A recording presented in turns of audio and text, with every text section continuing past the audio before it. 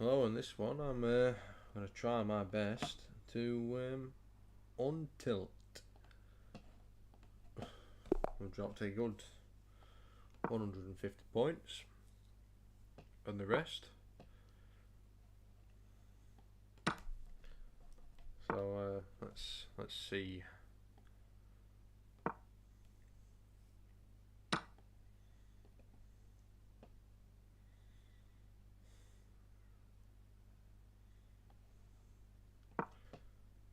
If he does take the knight, then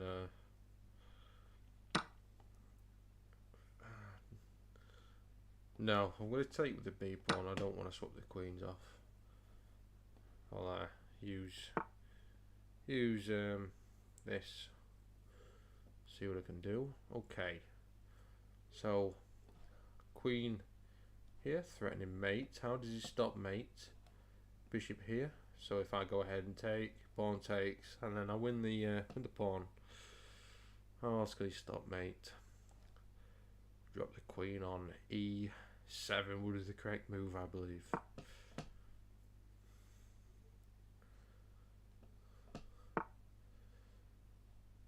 Okay. Great start. Great start.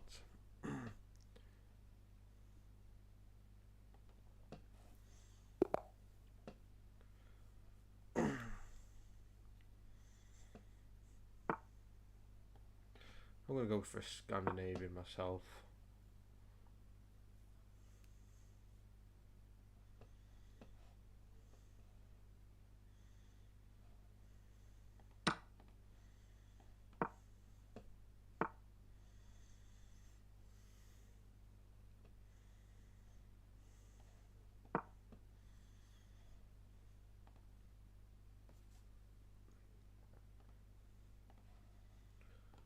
Scandinavian myself. Well, I put the bishop there, so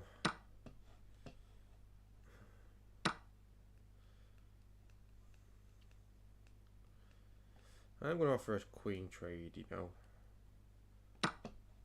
Hopefully he doesn't accept, but I want to pick the pawn up on D5.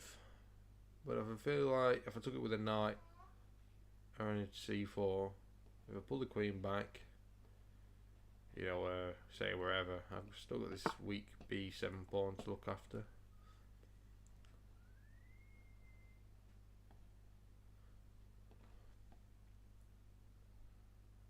I'm just going to play E6 for now. I've got a dark square bishop, but no white square bishop, so it's just an easy way in here.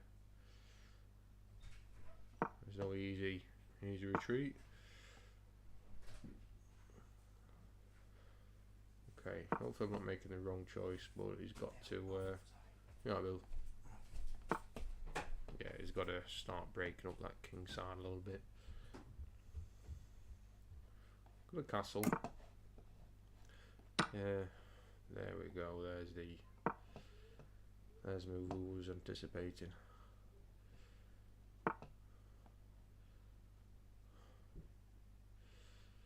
And what happens if he plays? If he plays D4, I can just take with the bishop.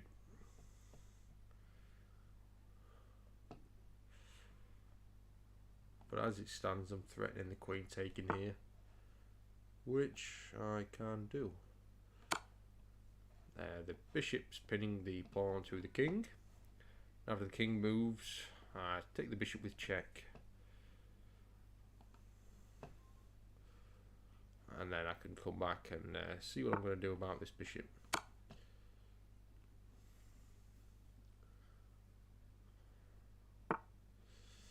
And I feel like I should just drop the bishop here, because it's not mate, not quite, but getting very close. He's got to pull back here.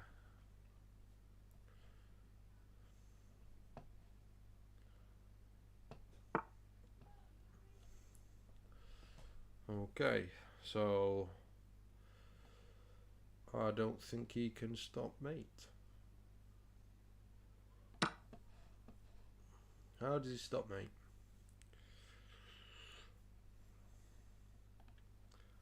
How does he stop mate?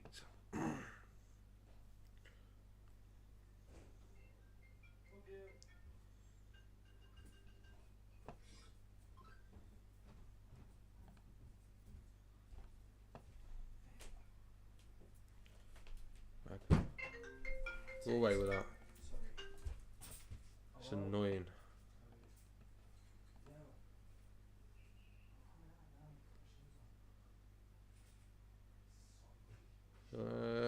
Why did it just resist? Okay. That works. Oh.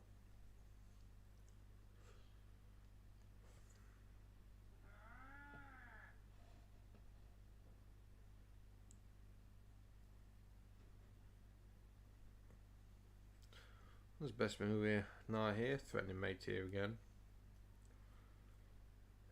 How do you stop mate? Play queen back.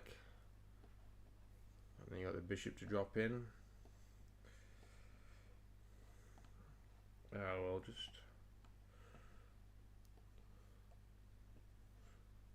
I could even play the queen here. Leave him a check, force the king over here, then play the knight here then.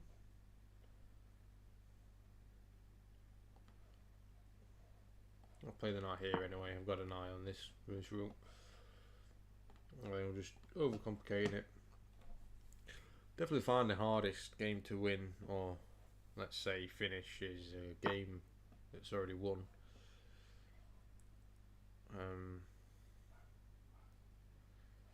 So I can play this check, like I said.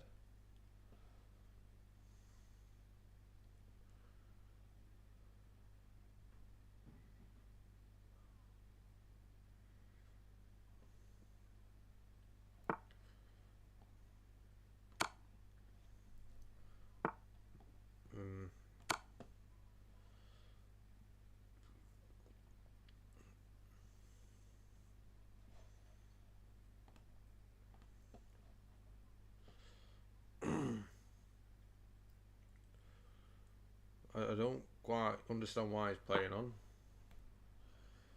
Well, the rook is pinned,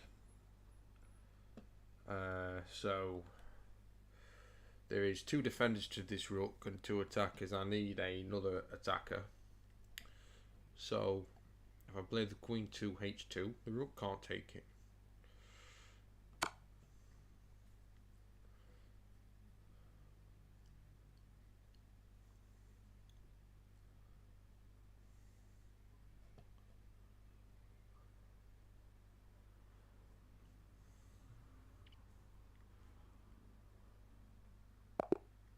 There we go.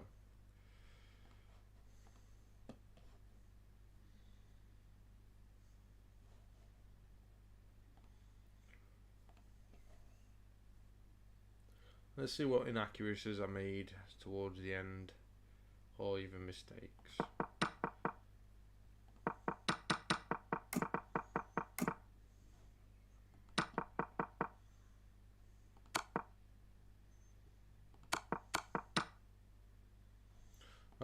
Okay. Better way to threaten checkmate. Just maybe. Does stop this, doesn't it?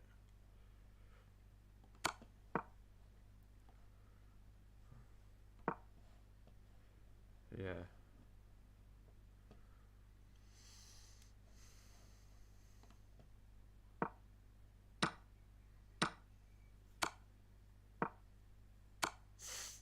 That would have been a lot better, wouldn't it?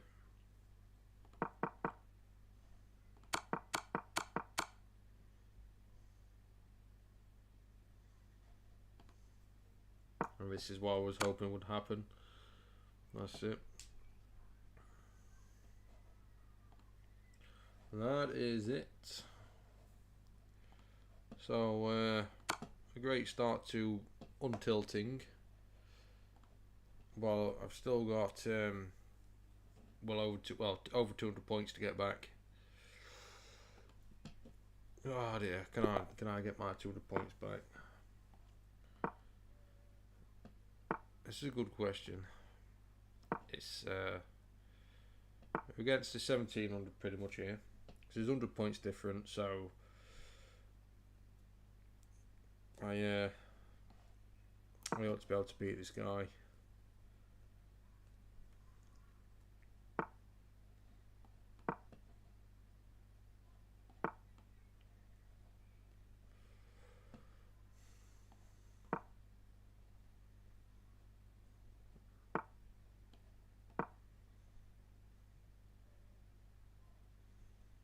See what happens.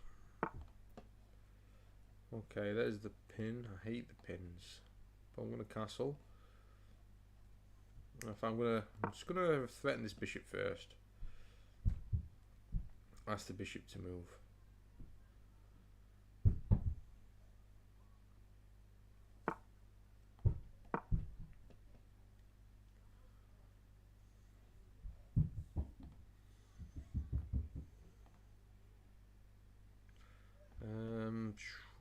What's he gonna do? Take the knight. Take the pawn. Okay, fair enough. Okay, this isn't good for me. This is definitely not good for me. However, what happens if this happens? Let's try it out.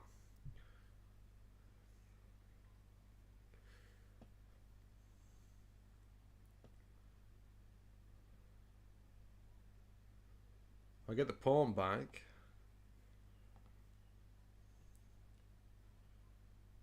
And he's lost his castling rights if he doesn't take... Oh, whether he takes or not, he loses his castling rights. But if he retakes the bishop, I give a check with this knight. Like this. There's no way of blocking the check. I mean, he can take the knight, but I just retake the queen with check. So he's got to move out of the way. Now, I understand I'm going to end up losing this rook with the looks of things. Which is alright. I'm counting on this attack. The queen and 2 knights against the king. And if he takes the rook, I'm just hoping the extra move we get on the attack is going to be worth it.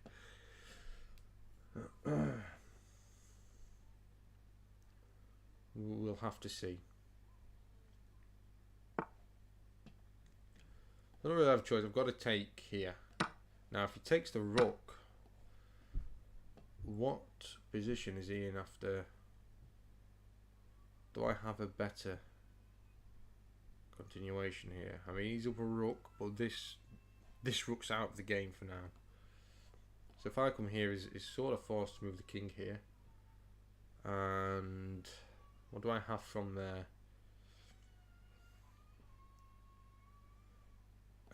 Mate. Wow. See, if he takes the rook, this is what I mean. Takes the rook, and I've got an extra move over the king. So yeah, I was right. I deserved to be back where I was. Let's hope.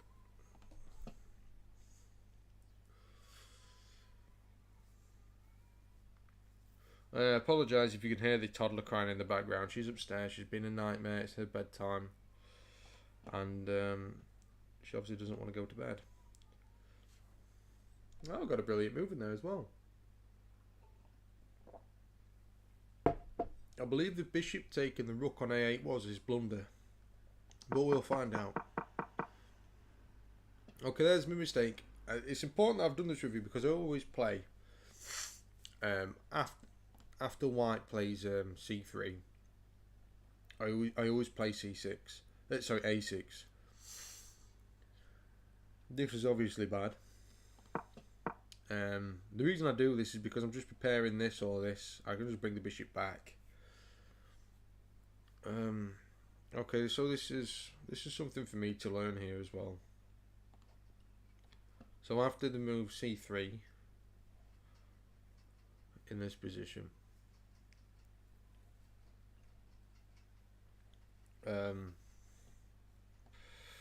D5? It can't be. No. What a silly move. You know what? This opening should be known like the back of my hand. Do you know what? I'm not sure. Just develop the knight maybe. But I don't like this. I hate this. I've got no A7 square to run into A2 with the bishop.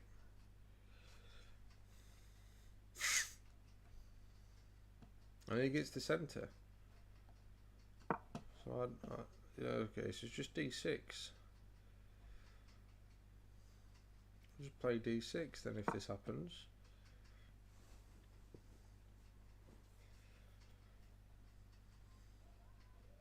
Let's have a look. Just white retakes.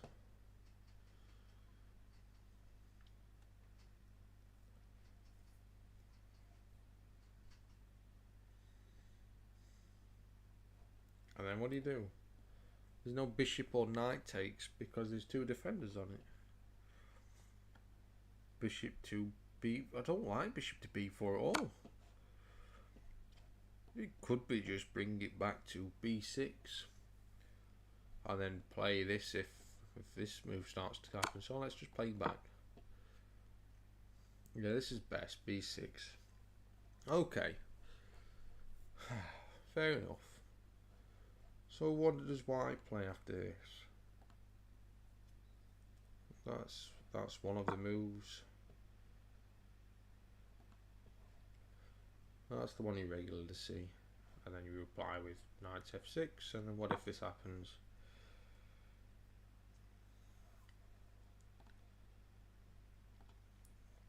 I can't believe I'm going over such an and noting that to be fair, I should know like the back of my hand.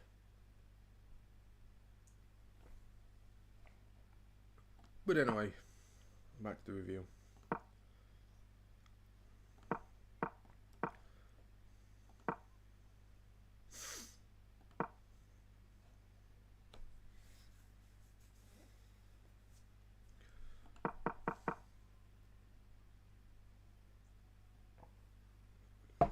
You see why this A6 move makes sense, because I just bring the bishop back early on and it's sighing down this king.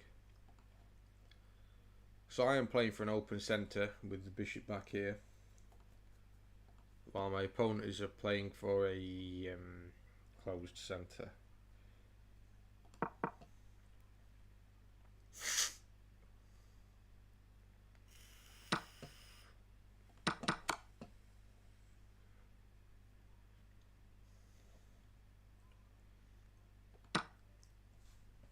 So the blunder is bishop takes on A8, isn't it? Okay, what was the good move for white here? What was the only good move? King back here? Maybe? No. But let's go on the analysis. Let's see what the evaluation says. The evaluation says completely equal. Completely equal. And the best move for white is to play king to E2. Now that looks very unnatural, if you ask me. Very unnatural. Now here I'd be sort of forced to capture the bishop. I didn't actually look at the line. Nothing's changed, and Stockfish agrees. And still in this position, white doesn't actually have time to capture the rook. White has to play queen to D2. This is the best move by Stockfish. And it's still a completely equal position. The evaluation is 0-0. But let's say white captures the rook. This is mating 2 again. So whatever white does, really, after the queen takes on g5, white just does not have time to capture that rook. And I sort of felt that as well in the game. I just didn't feel like white had time at all to do it. And he did. It cost him the game.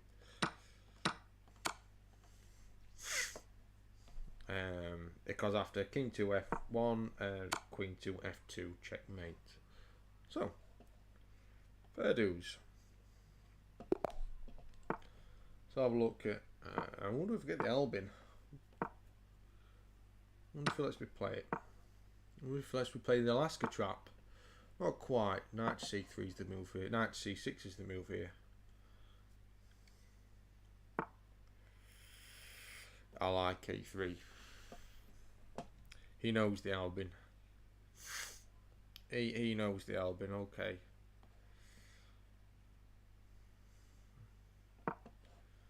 Okay, in the Albin, you tend to, as black, aiming to go queenside castles,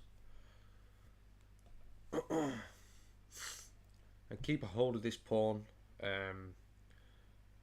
White can't take this pawn just yet, and the move a3 prevents bishop to b4, which is the start of the deadly attack from black against white. If white allows black to play bishop to b4 at some point, usually it's a killer, an absolute weapon. So knight to d2. See, this is the point of the Albin. He could have actually played e3 here because he's played a3. a3 is the whole point, so you can play a3. Because it prevents this check, and this knight is stopping this bishop. I'm not saying I'm playing better than the guy, but he's thrown away the advantage, in my opinion. Okay, so let's go from here. I want to play bishop to c5, but we're just going to run into this and this, trapping the bishop. So let's play. I'm going to go a little bit different. I'm going to play g6 and bring the bishop out this way. A little bit different, this is. Sort of inclined to have to take the knight.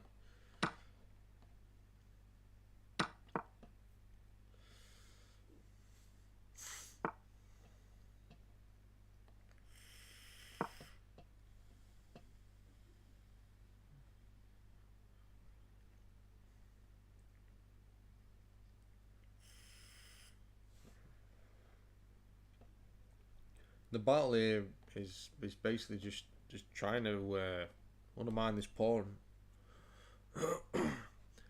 But this new idea I've had playing g6 in the Albin prevents the knight coming to g6 to win the pawn. So it is. Hopefully this is more of an annoyance having to defend for white. Maybe it's not so important at the moment to try and win the pawn back. And this pawn's done its job. It's done its job. I can just take here. Its job's done. It's finished. I'm not going to trade, and I'm going to have to accept the fact that I'm going kingside. The queen takes. I get the open d file. He's got the isolated pawns. His position looks messy, in my opinion.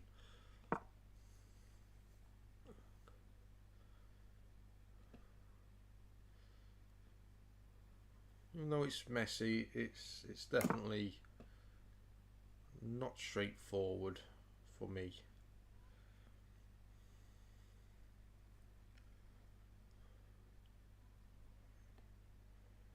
I don't want to trade the queens.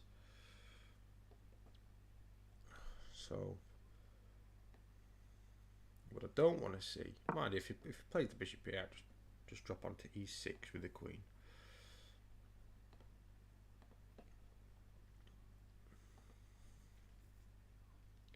Going down a pawn.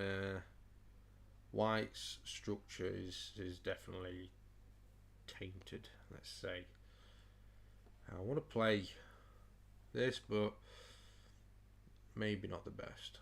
I can win this pawn, but it does cost me this. However, I get the open b file for the rook.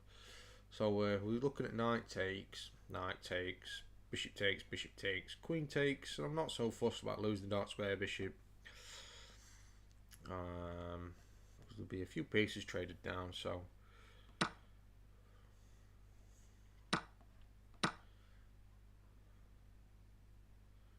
and after the trades, though he can pick this up, I am threatening this pawn with check if he goes ahead and takes the bishop now. I've got to fun it now, he can't. No deal else for him to do. I mean, he could pick this up now, but I'll just take this. And I'm still threatening to win the pawn here.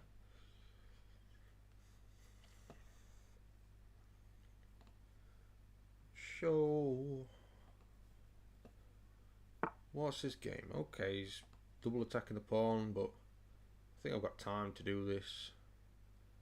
The queen's got him covered. Now this makes sense because he wants to take the bishop and not the queen.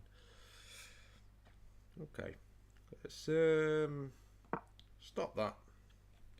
If so, okay, this bishop's hitting a wall. This queen's got this covered. I'm still covering this, and if the queen ever does decide to take this after I've retook the bishop, I'm taking this pawn with check. So that's the basis covered. Okay, so he's covering this. He wants to move the queen. Where is he wanting to move the queen to? We wonder. Unsure.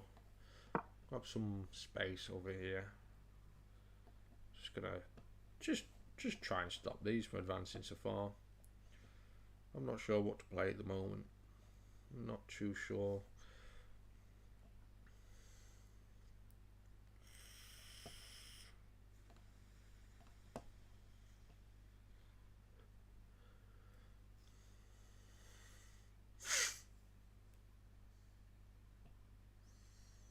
Now a very weird one. Interesting.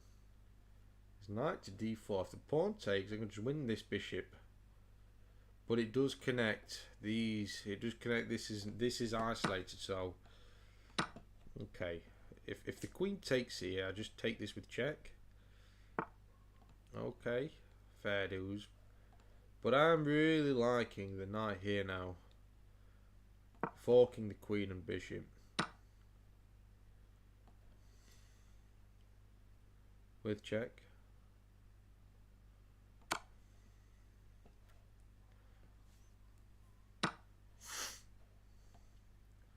And okay, I'm still pawn down.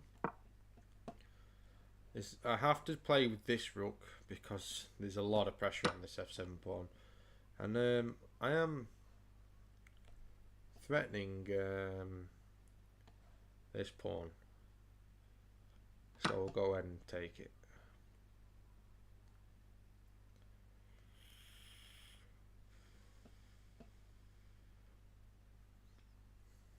If he takes with a rook, just take with the queen. I'm threatening this pawn, so he's keeping the rook here. So the idea would be probably to just play the queen to c1 check.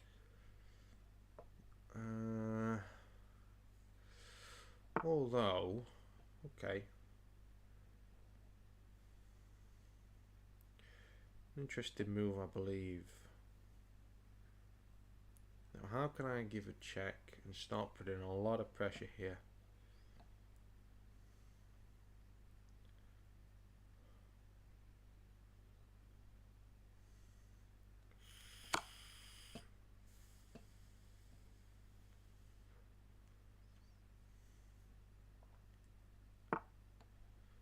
Okay, so we're threatening mate.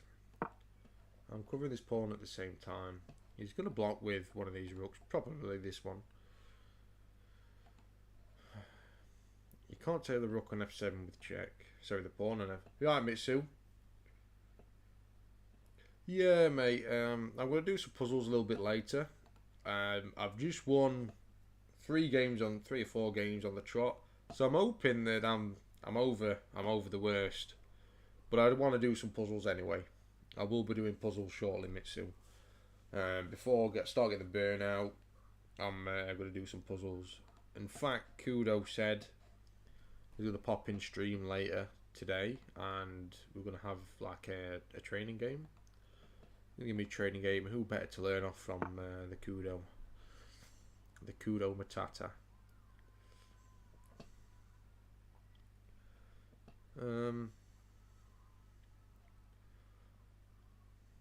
I'm covering this. These are a worry for me. Definitely a worry.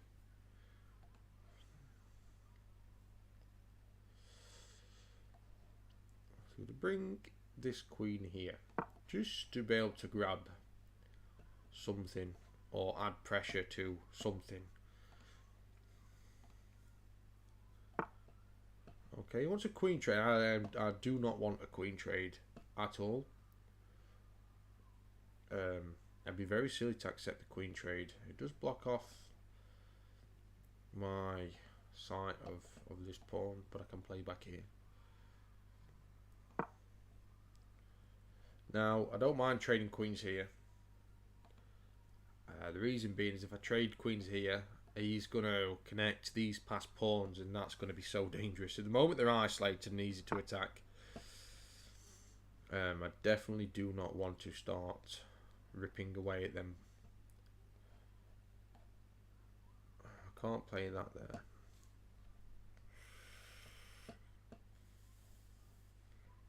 Got to do something. This is an actual serious threat that he's got going on.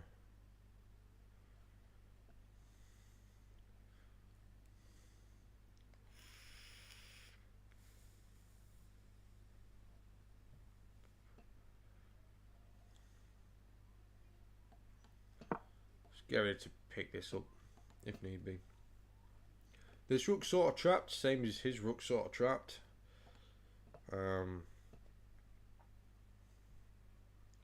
Suppose I can get I've got a little more leeway than his rook.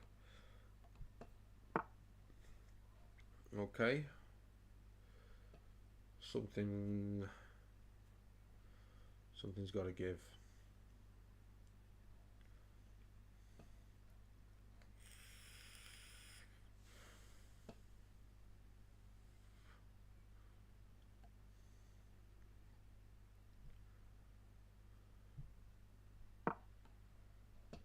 Okay, if he takes this pawn, I take this pawn. If he goes down again, I'll just take it. So it just stops this pawn for the time.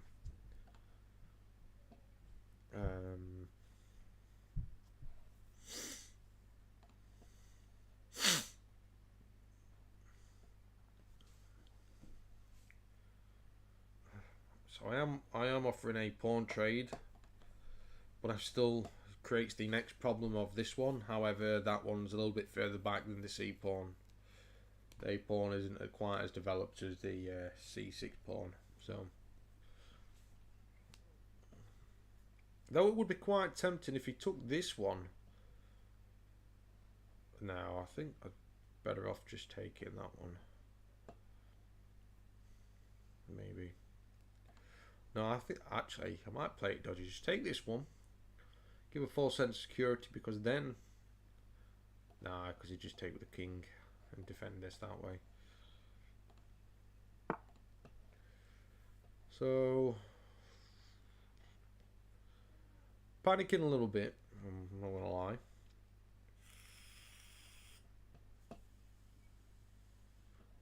Although now if I offer the trade of queens, will he just play back here? And that removes the threat here. Okay. Whew. Okay, what to do?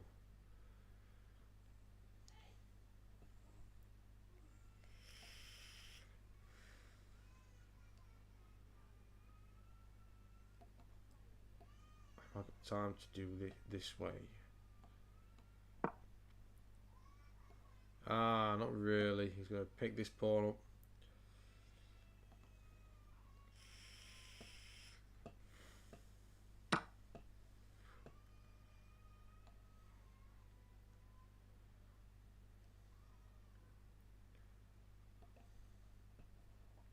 That was slight error. Just a... Oh no. Right, slight error.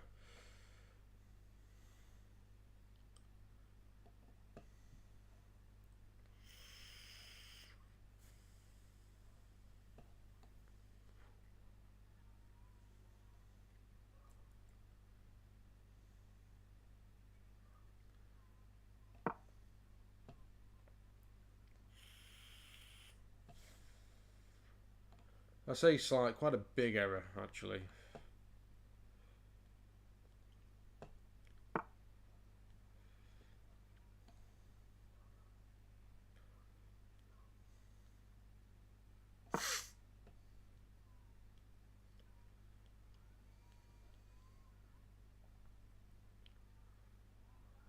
Why is this queen gonna go here? Maybe that'll be very annoying. Very annoying. The queen goes here. I was going there.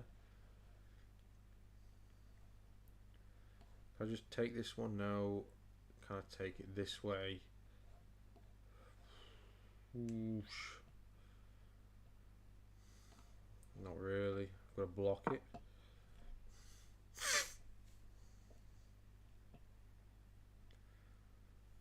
And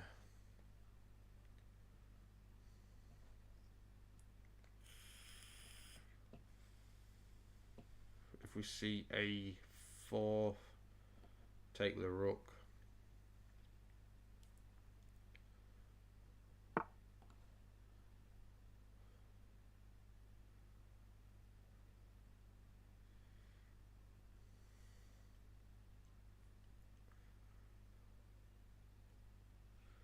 Interesting. But can I take this pawn now? If the rook takes the queen, I take his queen. If I go here, he takes the rook, I take the rook. Let's try it.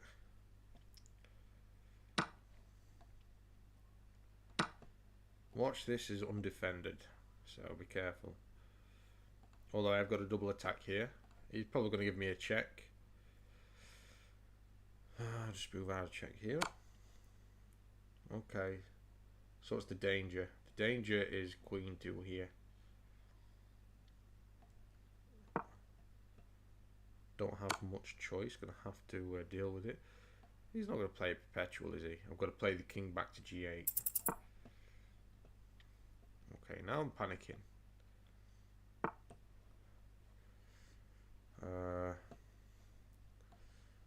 Off the queen trade, just covering this, and he's got mates. Damn, damn, damn, damn, damn.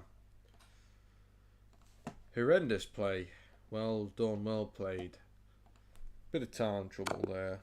Nice game. I was bound to lose one.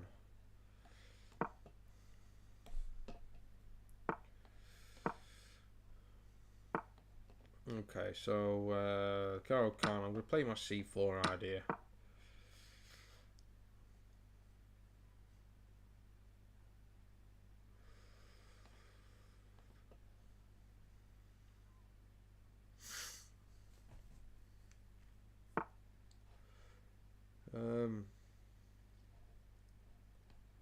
Just makes sense to take.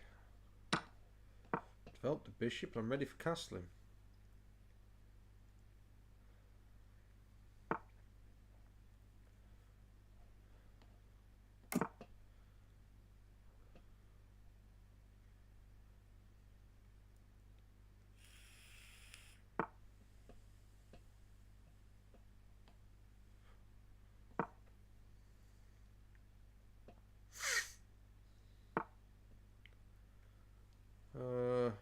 Okay, so that looks appetizing now.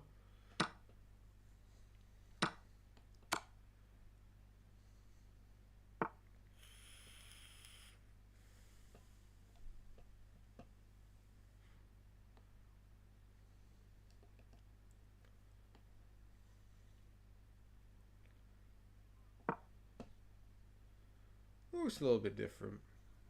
So if he castles, the idea is just take the bishop. That's his bishop pair gone. pawn takes, and then rook finally takes. Keep it a threat on this. And yeah. So what's he played? Probably a better move.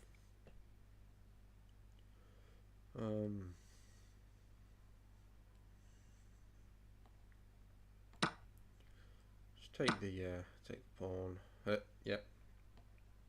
Just develop the knight here. And okay, he's got a lot of pressure here.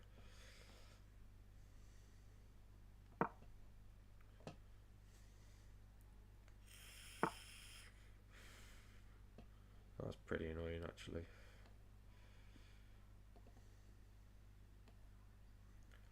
Danger levels. Hitting these two. So feel free for the bishop. I'll take your queen. That is probably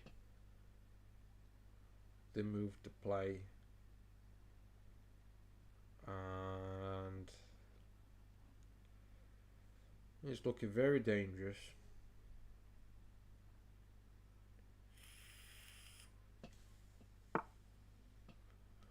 All that move, but I will just remove that.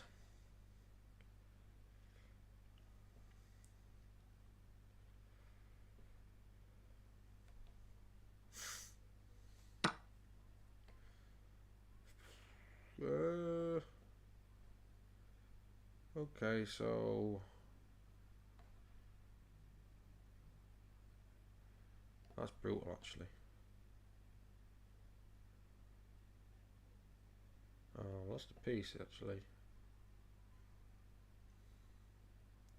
The threat is the pawn taken here with check. How to get out of the way. He takes. The only way out, I don't think there is. Well played to the guy. Gotta give him credit. Gotta give him credit.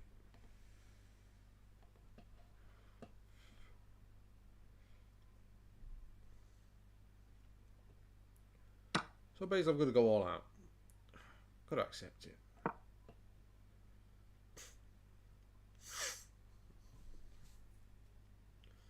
Would I attack with whatever I've got left? Okay, you're gonna play like that. I'm playing like this.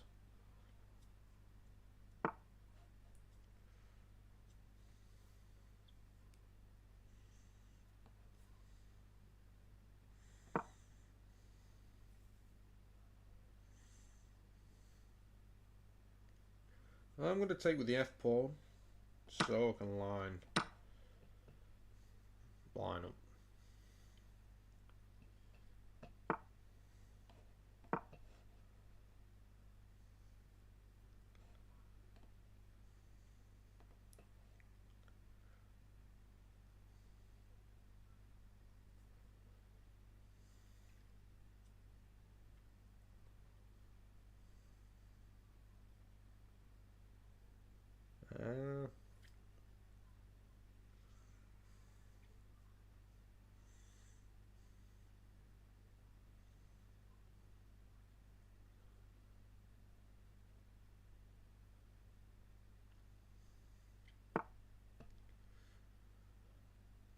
I like the sight of that, to be honest.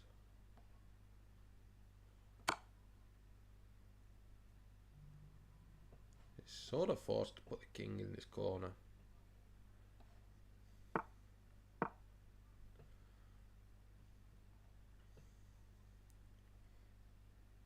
He's got to play this. He's got to play this. Or even the rook here, that works. Well, he doesn't have to do anything. Just see if it just gets the blood pumping. I'm threatening this. That's the target.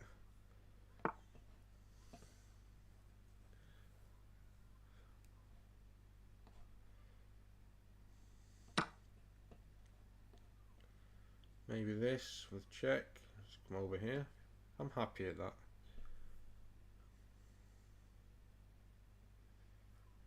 I'm just trying to put pressure on the guy.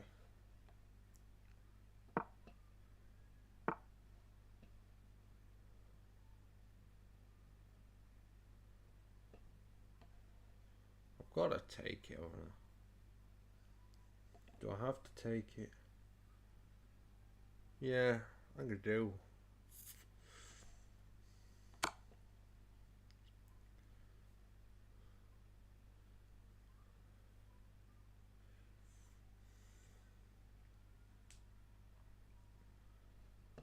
I've got to get some breathing room for the king.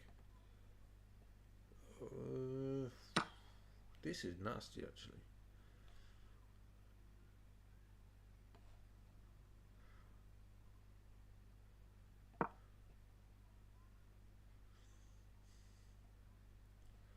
Gotta stop this. There's no point playing this because the knight would take the check. Then I come here. Then the queen would come down here, or here even, and it just start getting very disgusting.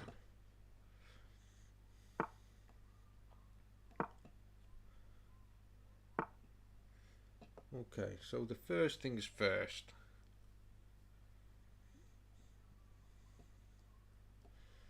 I come here, takes, and I'm in the shit. So if I come here, it's going to take. It's not going to be easy for it. I think he's winning. I've got to play my pawn advantage. I've got 2 against 1 here. I've got an isolated pawn here.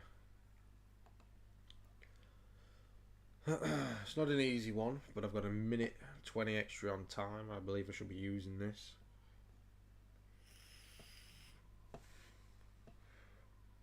If I come here, what is his threats? That comes with check, but this is covered, so he's not forking that. If it comes here, it's check, but he's not attacking anything else. Okay. The threat is just literally getting the position. King's covering these 2. These 2 are just going to have to look after themselves, unfortunately. So if I play here, takes. He can't retake because the king will grab the knight. So the knight's got no checks on the king. So I'd be threatening this check. So if he goes and takes, that's a definite mistake. It's got to be a mistake. Got to be a mistake if he takes.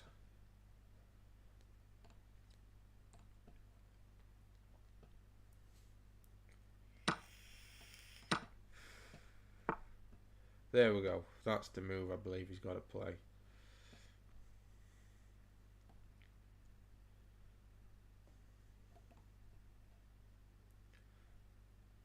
Well, if I play the pawn here, he takes.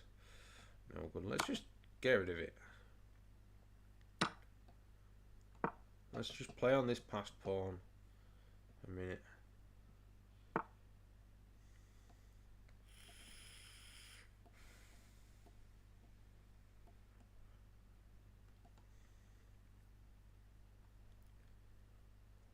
What are the threats he's got?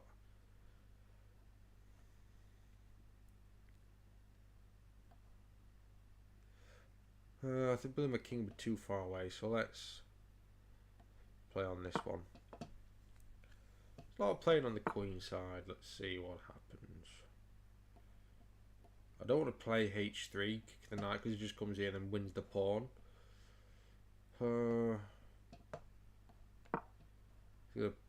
He's gonna just pick the pawn up anyway, I believe.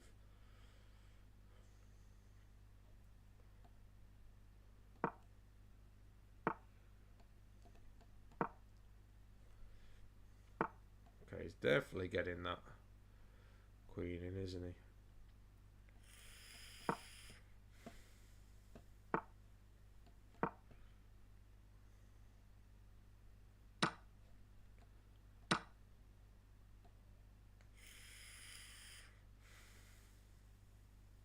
Yeah, he's definitely won this. Just got a queen, comes with check. Damn. Maybe should have started chasing the pawn. Hey ho. Give him a well played.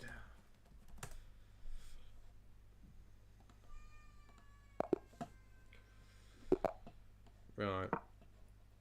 Okay, if I lose one more, I'm going to accept that I'm still tilting and just do some puzzles, as Ms. Mitsu suggested.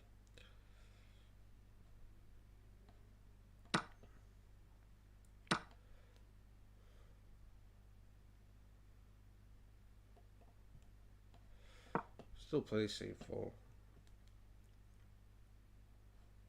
That's the best move, by the way, d4. It just says I don't know what I'm talking about. There we go. There we have it.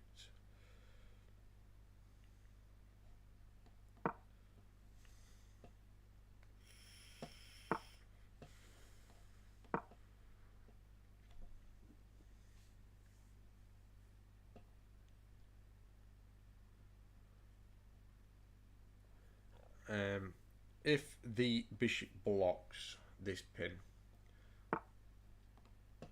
okay, doesn't.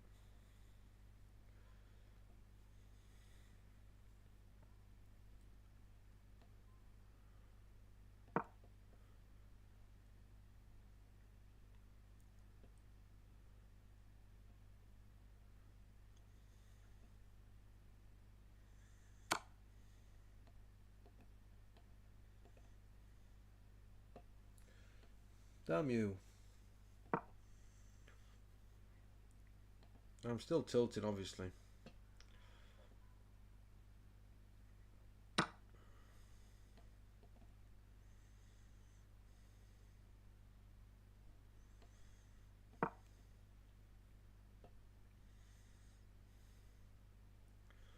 Still tilting. Right. Damn. Start off so well. Right. Go for Petrov. Screw it.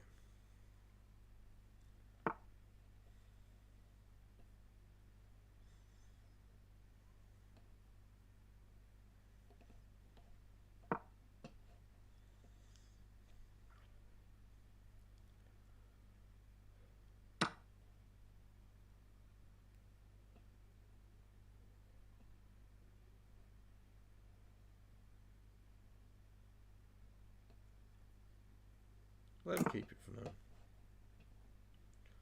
Let him keep it.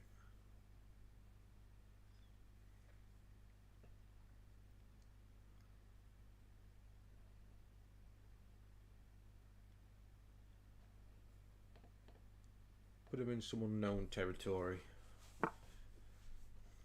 So we're obviously going to take this.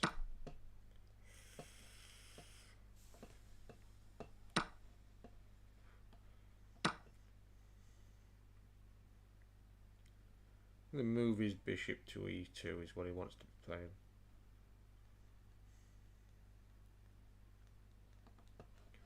If he doesn't play bishop to e2, yeah, there we go. There's the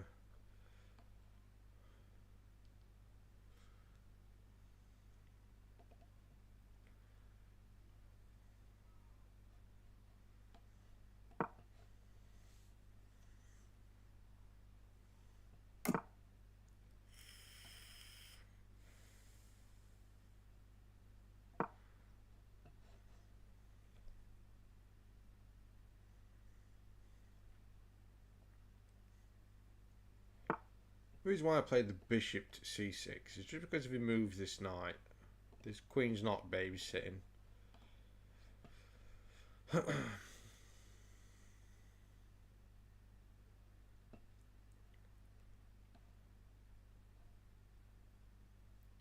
want to come this way.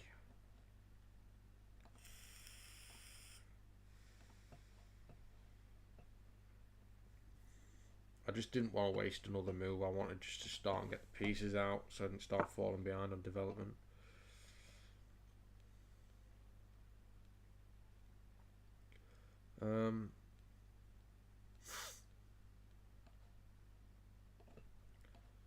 Drop the knight here. Covering the pawn this way. If this takes, I get a nice pawn center. And it opens up this.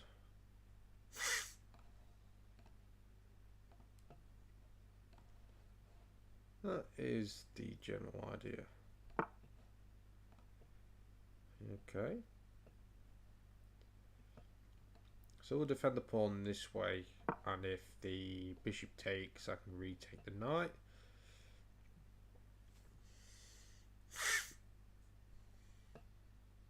Sorry, retake the bishop.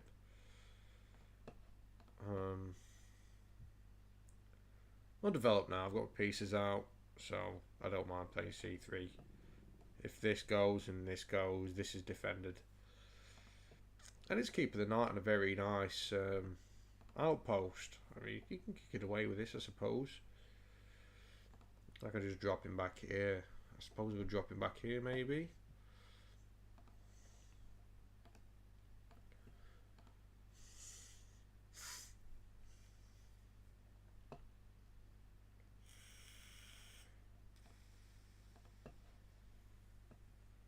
What's his best move?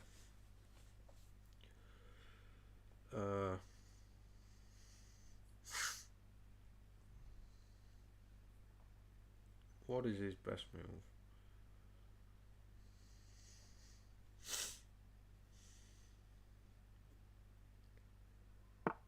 Yeah, he's going to try and get rid of this knight.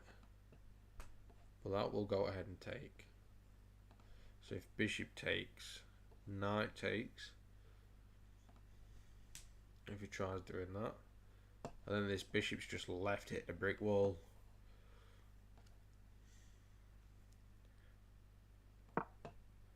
So my target is this. If he takes here, take the knight.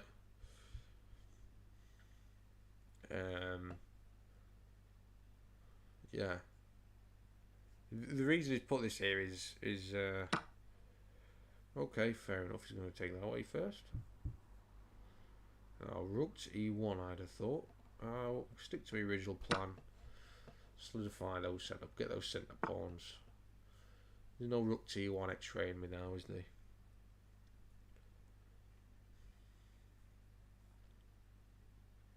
I suppose that works now as well.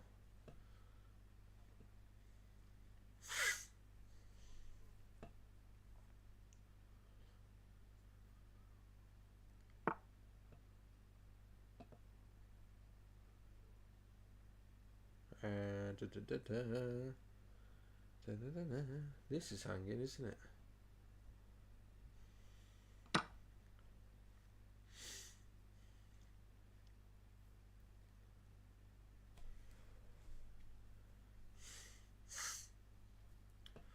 Okay, I'm even tempted to drop the knight here now. They are a pair of coordinated pesky knights if we get that knight to e4 in. And this is hanging, I might add as well.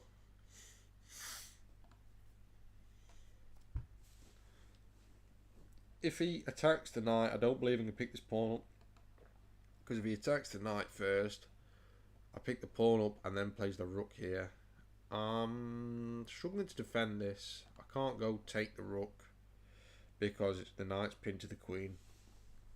And if you know how I play, I don't like pins the same again. Take this. Bishop here is going to win the knight.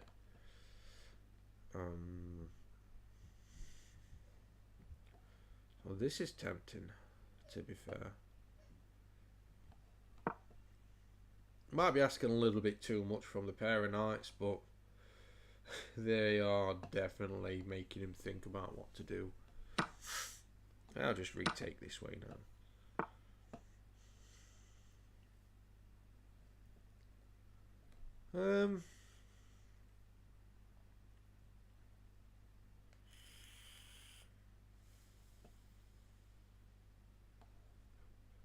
The knight back. I don't want to lose a knight. Very well played. Very nice. Very, very, very nice.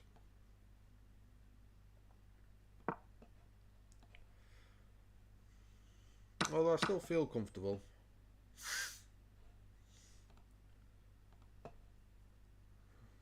That is something I should have spotted. I still feel comfortable.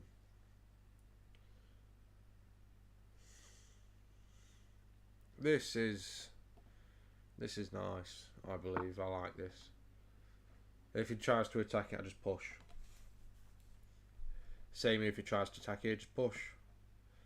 And then he comes this way, just push again.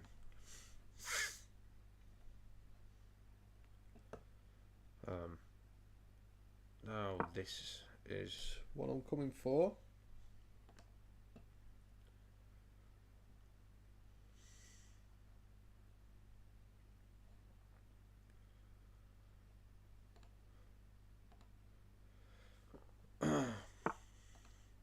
Yeah, I'll throw this in now.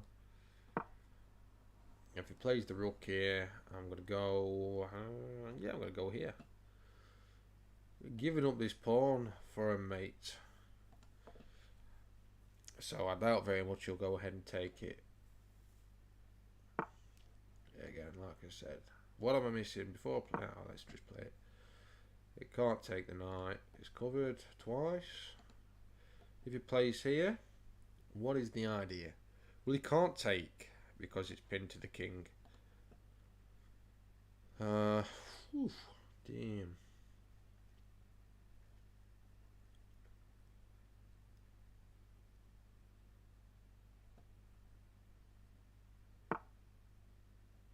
Okay, that's he's covering this.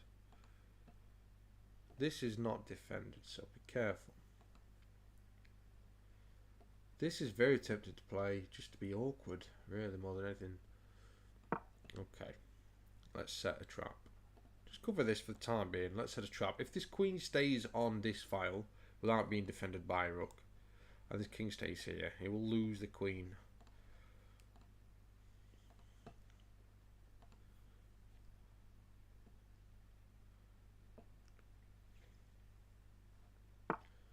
Now he's defended the queen. So where would he go? I'm not fond of a queen trade. If I'm honest, I'm not at all. Let's start going for this. Trying to get more room.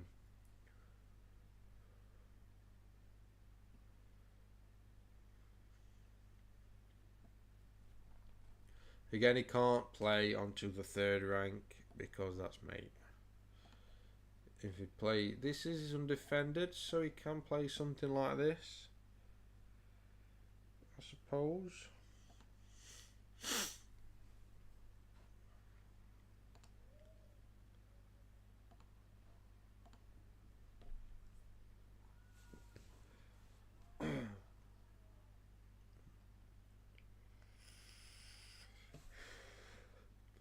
B6 prepares if he wants to start attacking my pawn structure, and he plays B5. I can just shove C5. The knight's got this covered.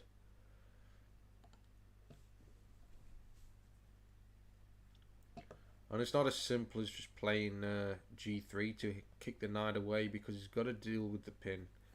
And if he does play this, tempted to... Okay, if I come here, this is sort of forced now.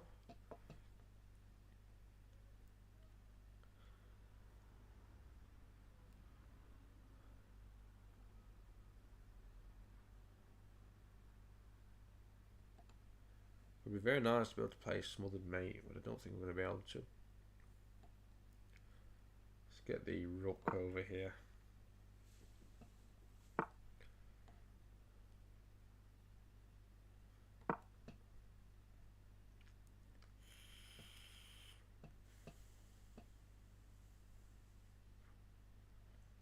Now if he plays C3, sorry, G3.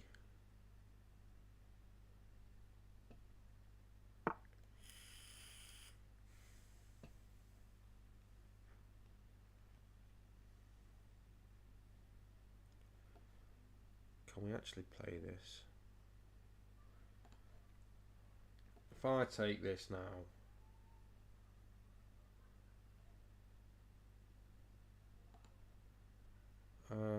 actually I can just, the whole reason why I put the rook to H6 is to prevent G3, because that pawn's pinned. Okay, you're going to play a rook here.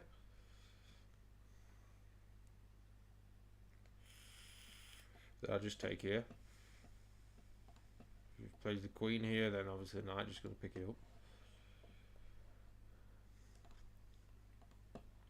So it sounds stupid, but this did prevent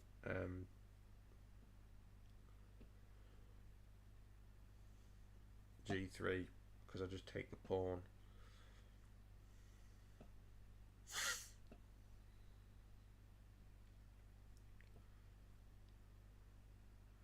No, I don't want to trade queens. I don't. So we can play back here, I guess.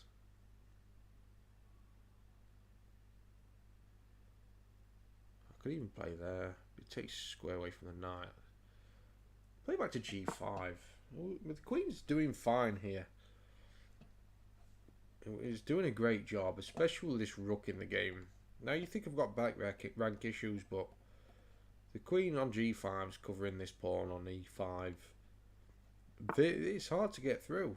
That's a free queen. Again, the pin. These pins are horrendous. This is why I don't like pins.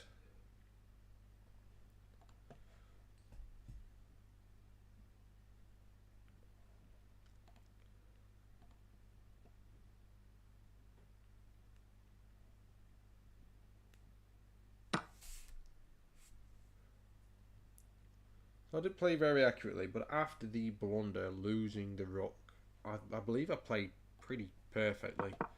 So we'll see.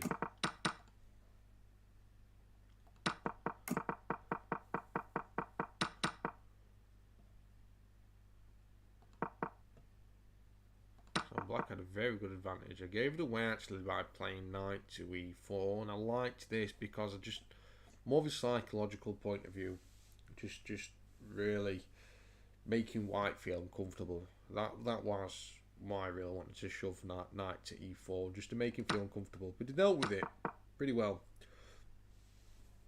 And let's see what this clear best move was.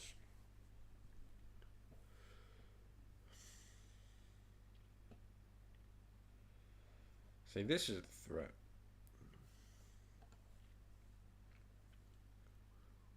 And one clear best move. Shove this. Yeah, okay. Prevents this. And if he takes the knight, I get the equal trade. Okay, it cost me a pawn. But though I did miss this idea, and I'm not lying, I'm being honest, I still, as a human, prefer this.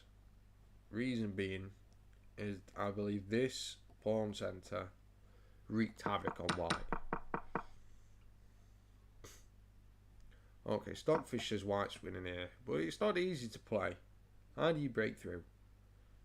He's trying to hit this twice, but I threatened mate. And I just, okay. I seen threats. I played this. I was hoping for a human to make a mistake. See, Stockfish doesn't make mistakes. So, okay. I think what he's missing here is g3.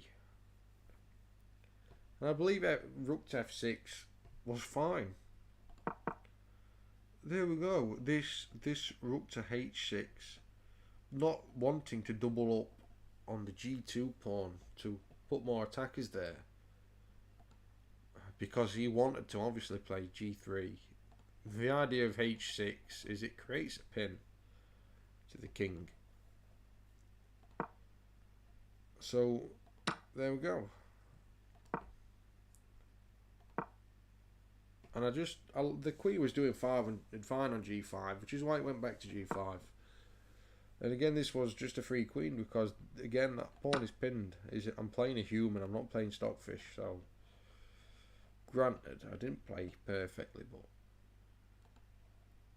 this was a pain. This knight was a pain, and he couldn't remove it. Okay, if I were playing a Grandmaster, it'd have been smashed away a long time ago, but I'm not a Grandmaster.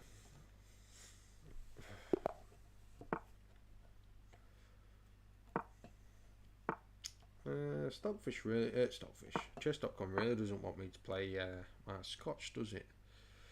Really doesn't want me to play the Scotch. Okay, remember this. D6 is the move. Let's play it properly.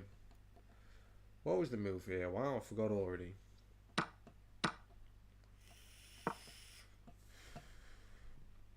Game reviews. There we go. These are all book moves. Now it wanted knight to f6. It did not. Did it?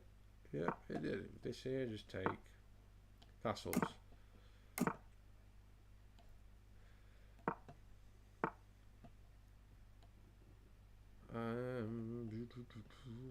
Did I miss an opportunity to pick this up?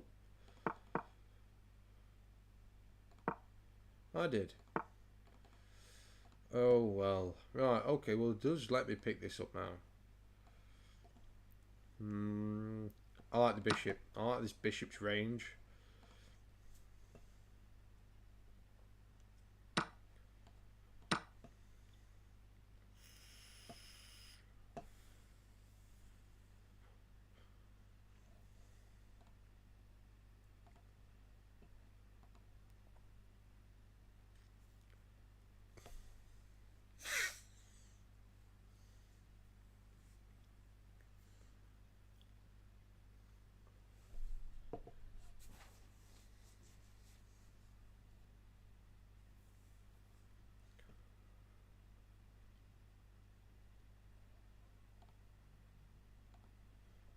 Okay, he's finally taking time out to think.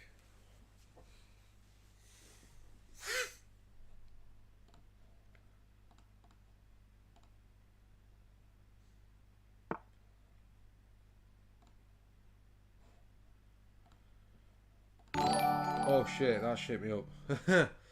Thank you for the raid, the Pixel. Thank you, buddy. Okay, so we've got the knight pinned here. So the idea is he's going to shove e5, but I'll just take it anyway, don't I? And that just solidifies this bishop. So let's just ask what he wants to do with this damn knight. Bishop. He's just going to push it back. He's being an awkward twat. Okay. He wants to play like that. I'm going to solidify the bishop in anyway. No. It's a nice set of pawn that's just covered. Okay. Tempted to take the knight to isolate these pawns, but I like the range that this bishop's got. I believe this bishop's very powerful. So I'm just going to play... Okay, I don't want the knight to drop in here. That's a boo-boo. This just stops the knight here. His idea was to bring the knight here, double up and open up the king side. I'm not going to let it happen. No worries, the Pixel, mate. Anything is appreciated. Just the fact that you're in the stream, mate. It's sound. How are you going on, buddy? Are you alright?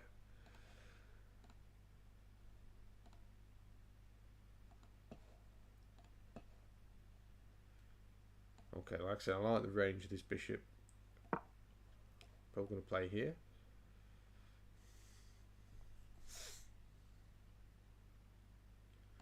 If he plays a laser move, I'm going to play queen to c8, picking this pawn up. And just trying to create some general threat of... Okay, this is happening. I've got time to do this. So I play queen to c8 now. He's going to play b4 and he's attacking two. Well, he's going to win both the bishops, isn't he? So let's create a breathing square.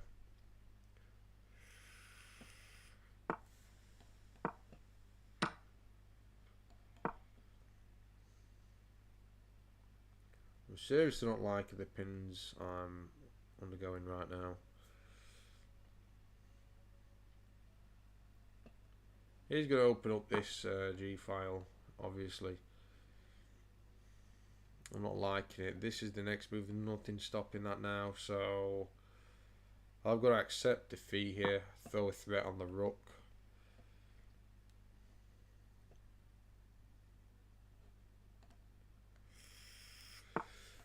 Nice one, buddy. Yeah. Yeah. What you streaming?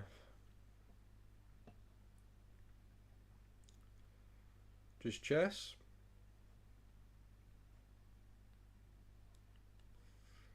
And now it's got this covered. Okay. Okay. Now we're gonna put the bishop here, and we're gonna play back here to get out of this horrible. He's got me in a bit of a pickle, bless him. Rocket League. Oh, wow. Oh, what a tit. Sorry, I'm a tit, not you.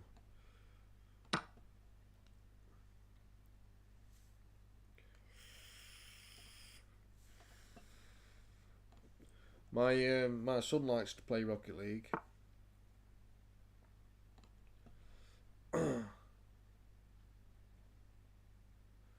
Okay, so I've got one chance to make this work. Do I want to do the queen this way? Or do I want to do the bishop this way? I'll do the queen this way. Go on, get greedy. Get greedy. Get greedy. Speak of my son, he's just walked in. I hope it's my son, otherwise I'll be getting burgled midstream.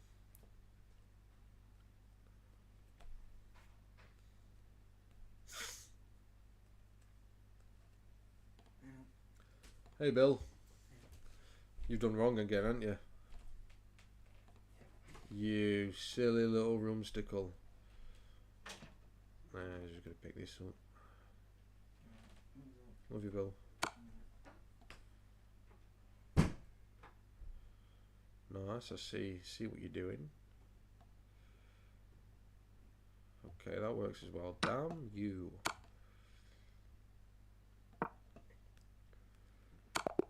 Oh, well played to the guy. Nice. Well played. I should have just defended as opposed to trying to go for the attack.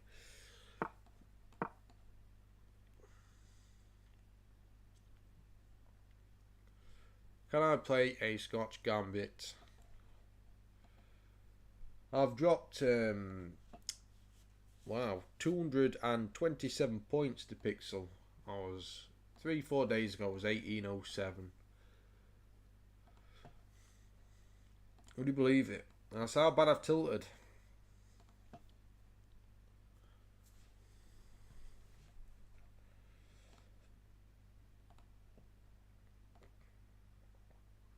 That is how bad I have tilted. Oh. Okay, let's load chat up here.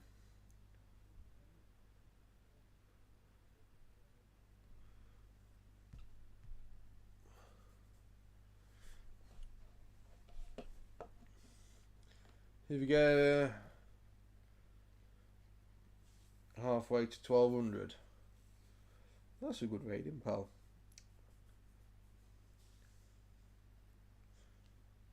It's a very fun level to play chess at.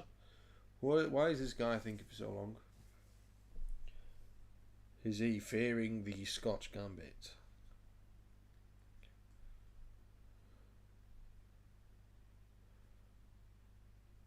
Is he fearing the Scotch Gambit? Or is he just going to time out?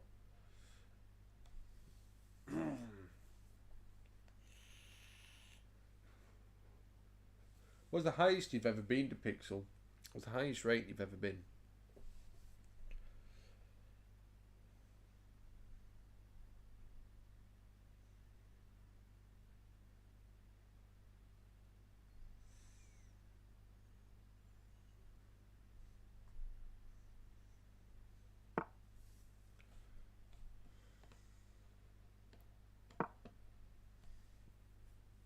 $11.60.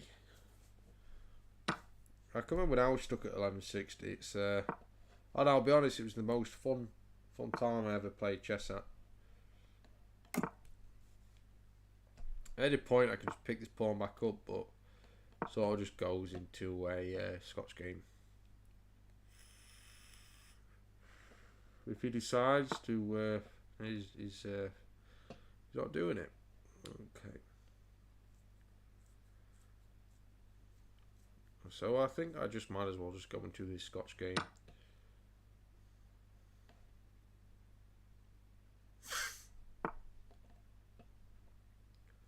I'm tempted to just pick this knight up, to be honest. Let's just play the bishop here. Develop a little bit more. The point of a gambit is to get lead in development, not fall behind.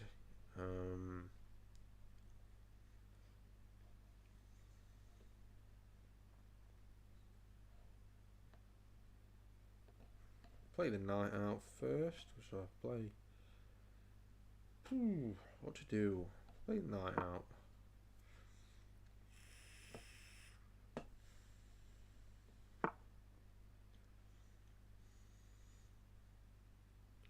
He's forcefully going to win the bishop. Pull the bishop back. These bishops are going to come to life after a move like e5.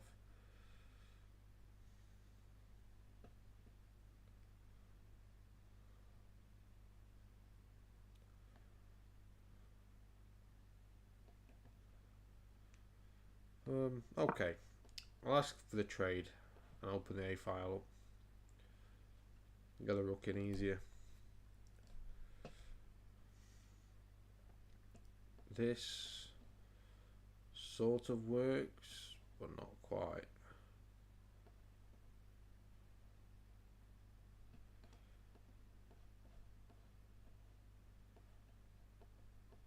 So yeah, not too worried about if he pushes c4.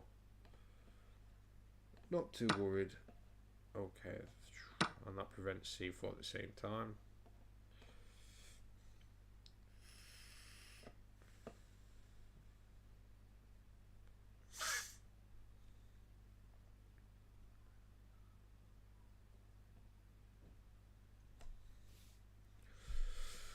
How are you going on Rocket League? I'm assuming you're good at Rocket League. It's a very hectic game. I've watched it played a few times, and wow, it makes the head spin.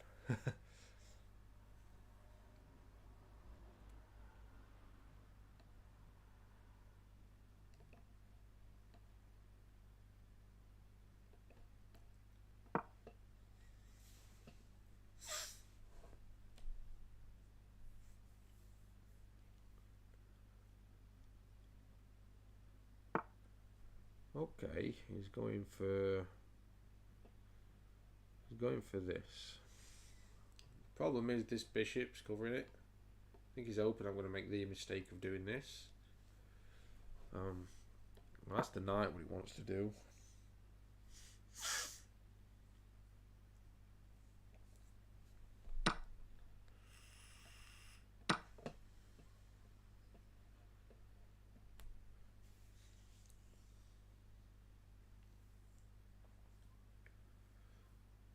Nice.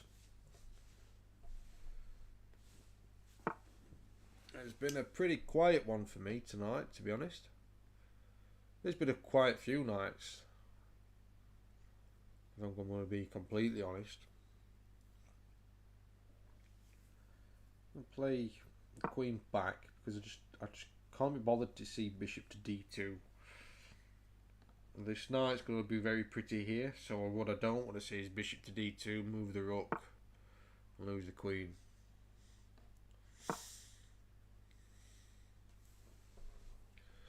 This knight is a pretty beastly, in my opinion here. The only thing that can really challenge it is the white square bishop, which is pretty annoying. Okay, so what is the game here? That's the game. That is the game. That's going to be a big nuisance.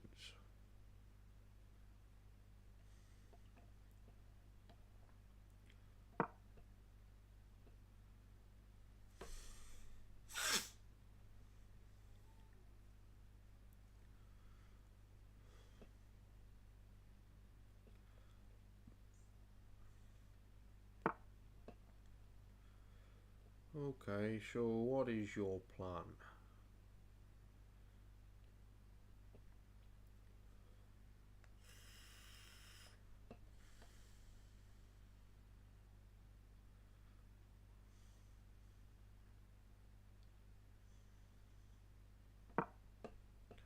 Might be asking a little bit too much.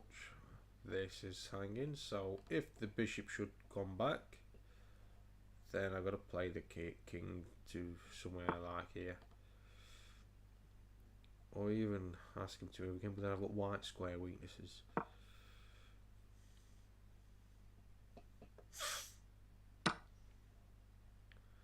Knight, knight, pawn.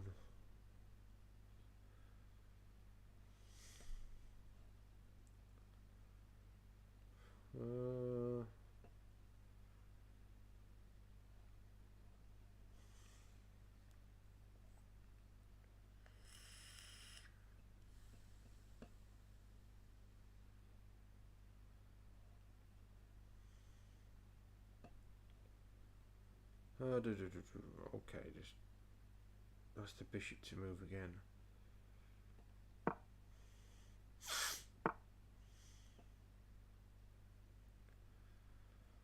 I don't like this. I don't like this game.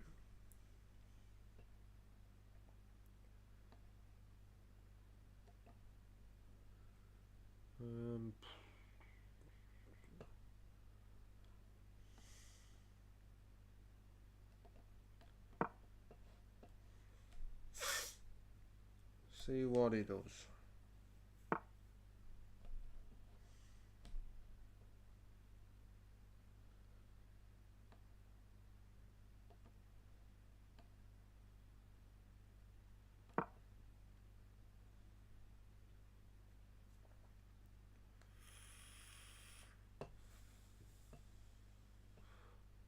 The idea is once the queen gets out of the way, I want to play e5 and not have the queen having to babysit the knight and awaken this bishop.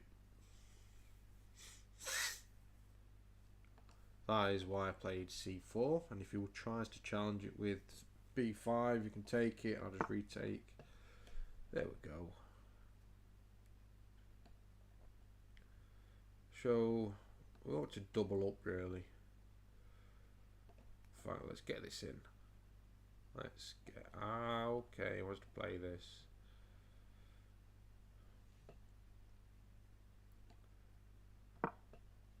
That now doesn't come with check, and is that the end of the demonstration?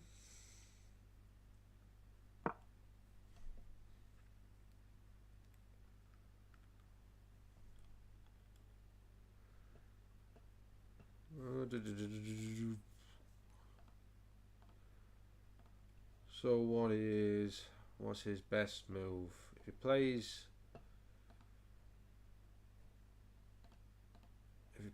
g5,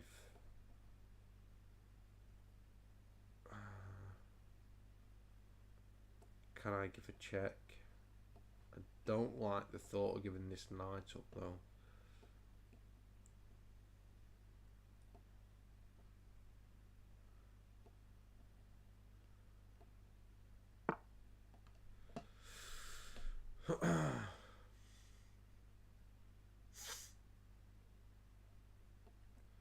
So he wants to get in this way.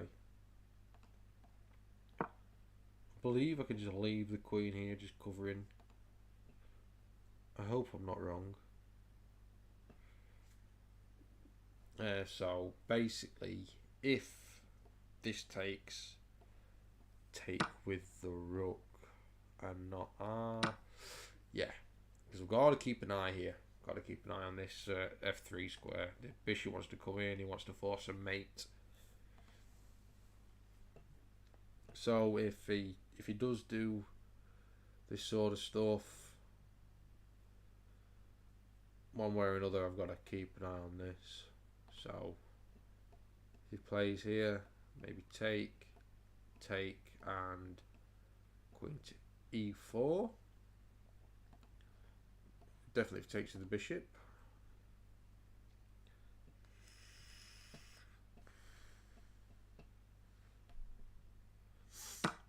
Okay, he's going to sack.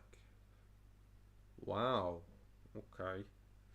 So what happens if I take? What is the worry if I take? But he can't come here because I just pick it up this way or this way. It opens up the G file, but he gets that. He's threatening this rook as well. I get it. It makes sense.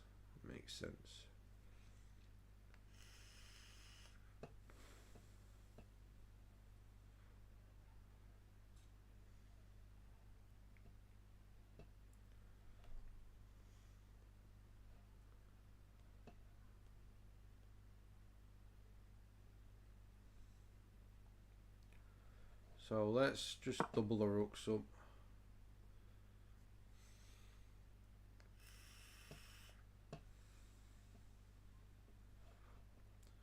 That was pretty smart, actually. I'm threatening this bishop. Not anymore.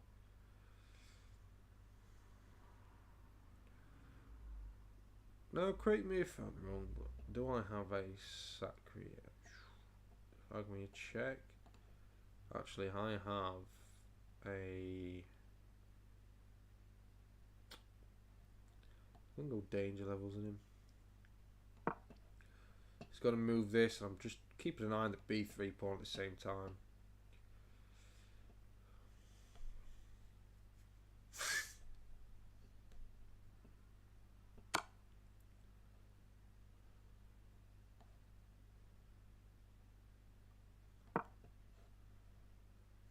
There we go. Now the attack is starting.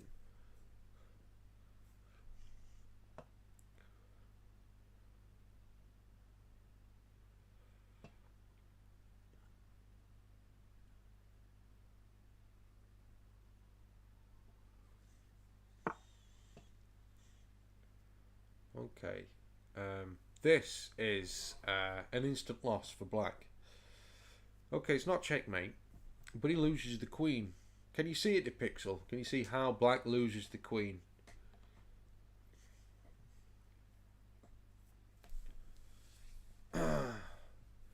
He had the move that he should have played, in my opinion, was queen to c2.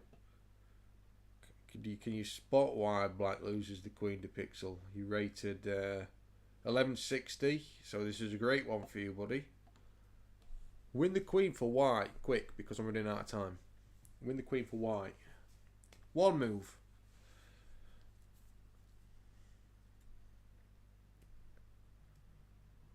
I'll give you 30 seconds. No, 20. Give you 20 seconds. Win the queen for white. Knight f6, brilliant. Why? Because the pin.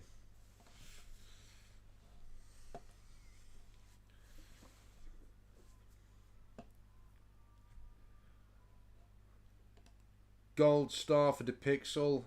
When I finish this stream to pixel, I'm gonna make you a VIP.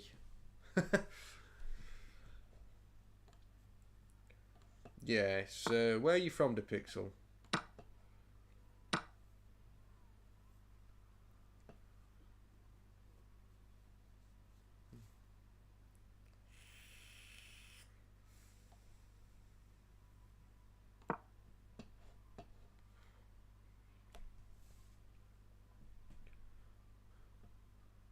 Yeah, that'll be the stream. The reason why there's a stream lag then, just because of the distance.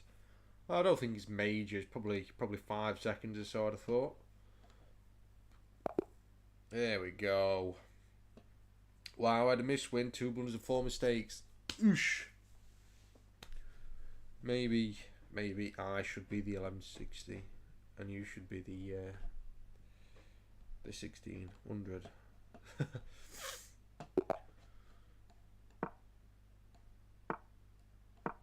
Oh, that's a Sicilian defense. It's a Sicilian.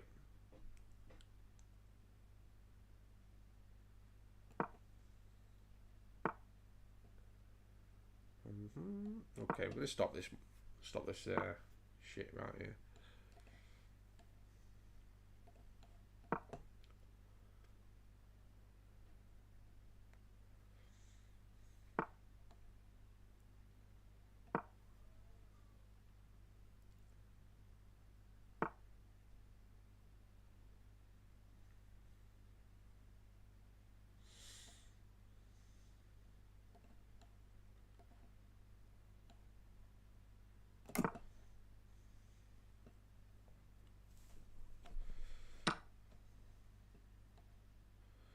Fair play, he wins the pawn.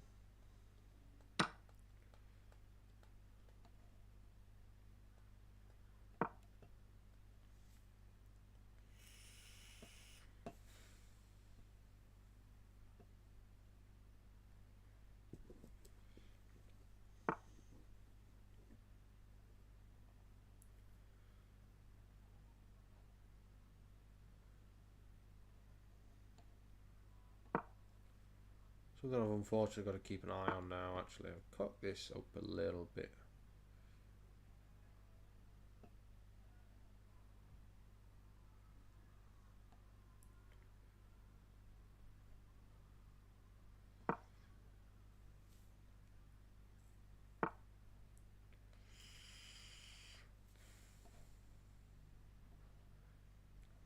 It does give this pawn up. However, he's going to hit this knight anyway.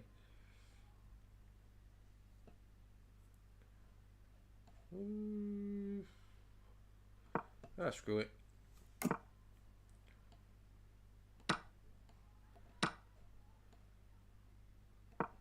He probably should pick the knight up. So we're going to go to attempt to just mess his king side up. You have to let me know how you go to Pixel. If you're still playing after I finish this game, I will spectate you.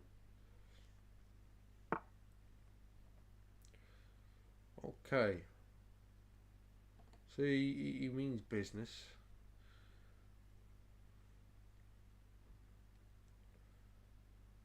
The move for him, surely, yes.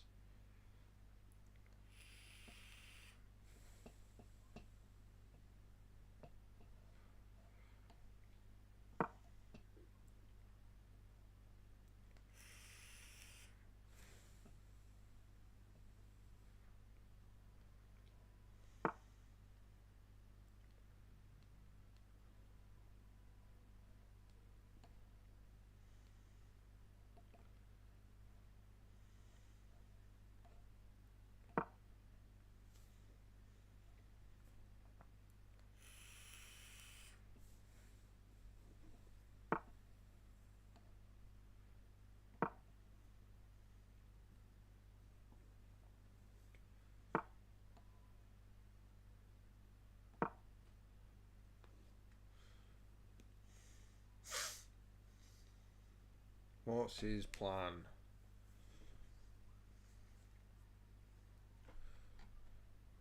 My plan is simple. Just push forward. I want this coming in.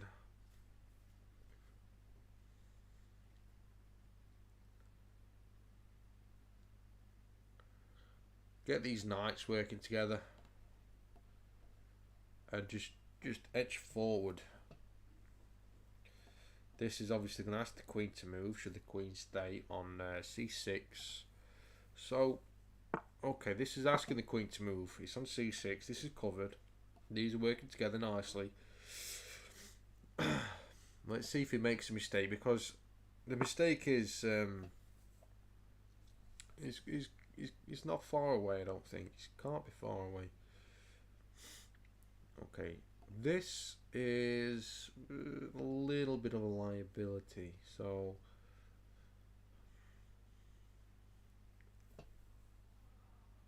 can I? Ooh, what to do? I would like to cover this with this rook now. Quite annoying.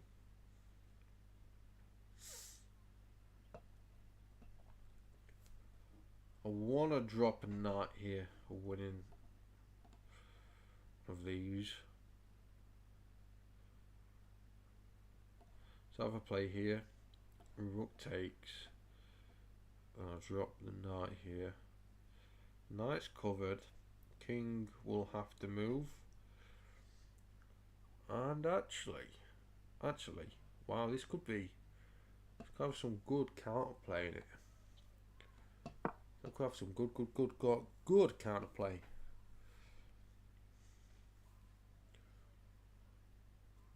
So if he gets greedy, picks this up, come here with check. King's got to move.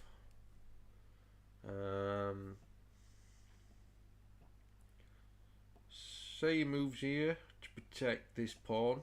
This rook's down on c3, so it doesn't defend this. It comes with check.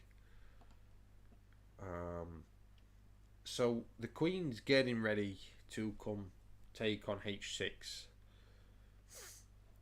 That's what's coming if he's not careful.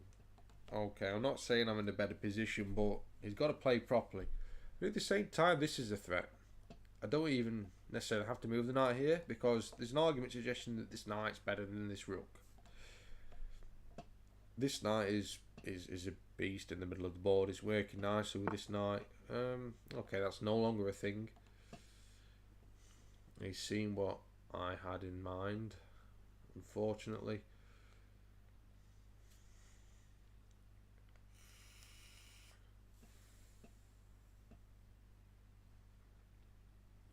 But still, if he takes the knight, the rook comes here with check, forcing the king back. So if he takes this knight, this rook's a menace. So we'll just drop this rook here. Fight no. Just gotta find.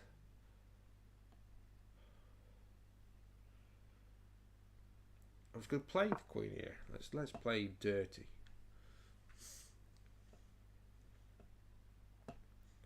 If he plays this, that's fine. Just go back here. No problem.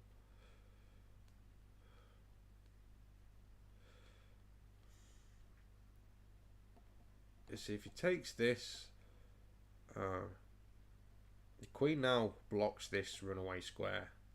So I'm forcing the king back. Okay, now he's defending the knight. He's playing very well. He's playing very well.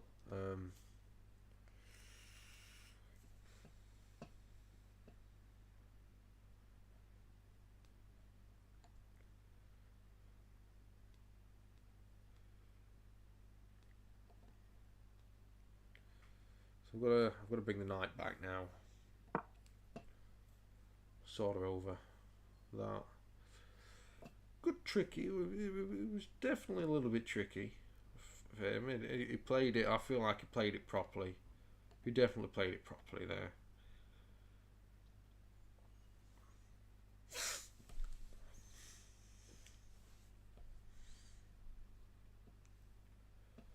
Got to keep an eye on this pawn, and this is no longer a threat.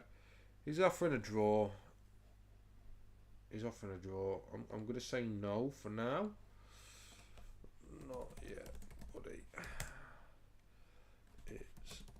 It is tempting. It is tempting, but we don't play for draws. We've got to play for.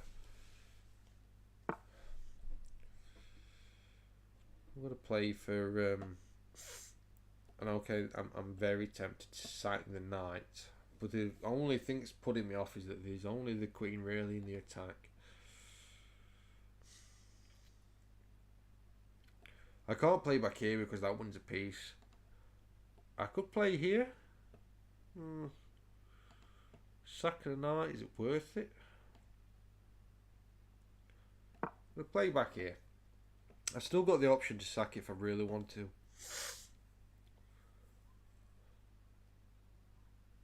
But after a move like G4, he's asking the serious question of move this knight or let me take it. And he's got this horrible mate threat.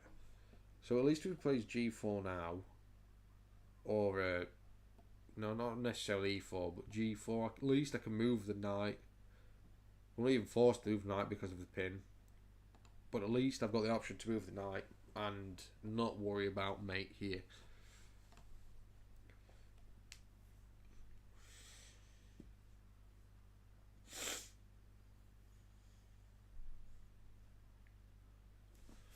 So it just gives me a move. Rook to D1 is very tempting. Rook E to D1, not A.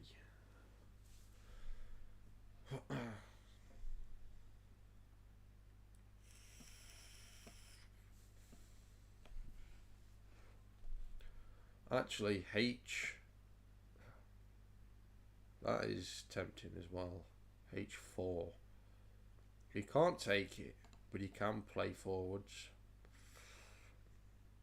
And is that shutting off too much for me?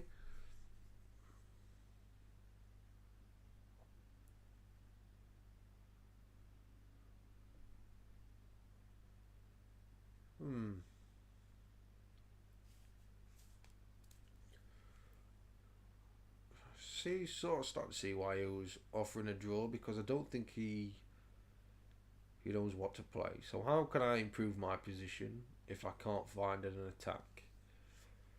See, knight to h4 is a thing because of the pin, but it's not really doing anything.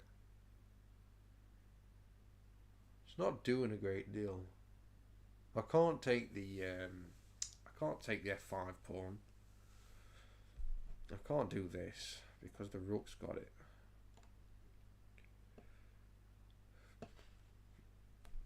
So what do I want to play? H4 for me, I think it just asks him to play G4 and make it a little bit difficult for me to get in. He's asking me, you know, at some point I'm going to have to move the knight on F3 after he moves the king. I feel like if I play H4, I'm asking him to play the correct moves too easily.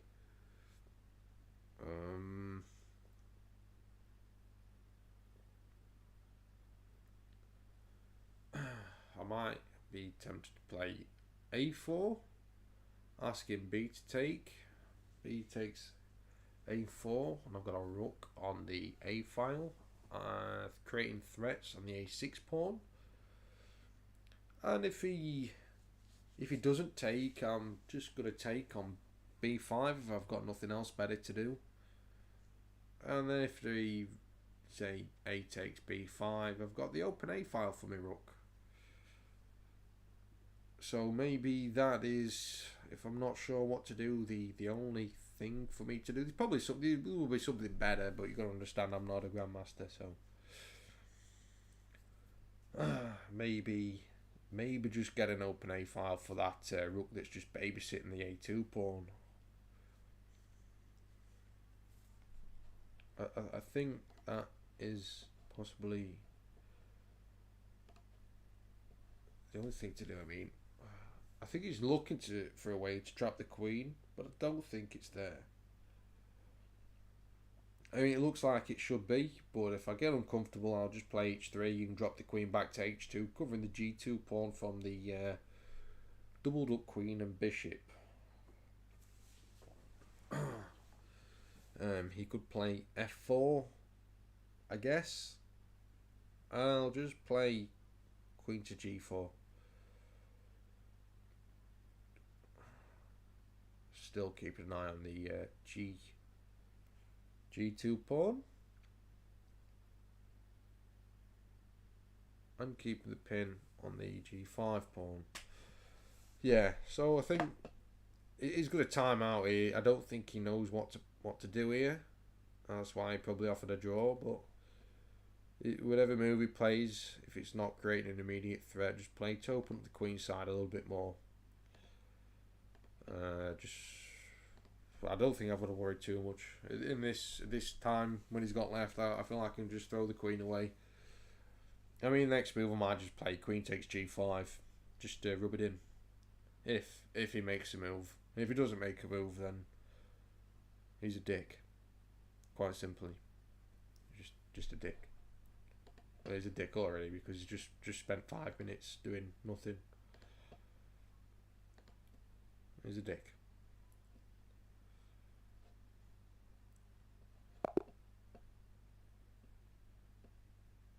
Oh, I made 2 mistakes.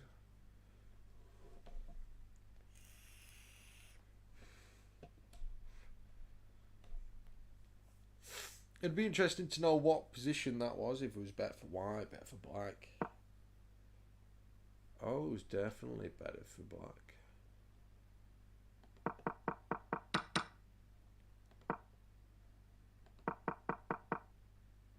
Okay, I'm not too worried about the opening. I mean, okay, it's wanting me to play this or something. Oh no, it's wanting me to play knight out, isn't it? I guess. Because it comes with a threat on the bishop. So the queen hasn't got quite enough time to take on B2. Nope. Okay. Oh, okay, it's alright. What does he want me to do, seriously? Give me a hint. He wants me to play A4. Fair enough. Wow, black had a 4.3 advantage. I didn't see it, to be honest.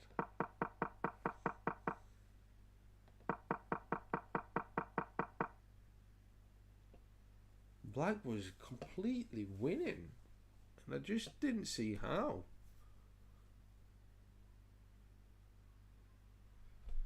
Well, fair dues.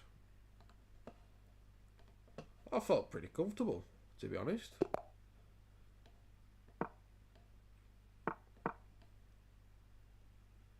Knight c6.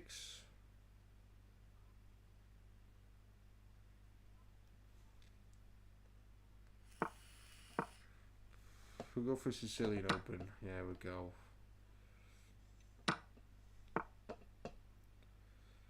Okay, so e5 immediately. Well, if I'm playing knight to f5, I'm helping him with his developing moves. I'll just play. What do I want to play? I don't want to take because it just strengthens his centre. I'm just going to play back, start putting pressure on this e5 pawn. I'll drop the pin in there. Okay, there were no Yugoslav attacks. He weren't making a dragon. Oh, how upsetting. Start lining the bishop up here. A3 maybe in the near future if he wants to play something like this.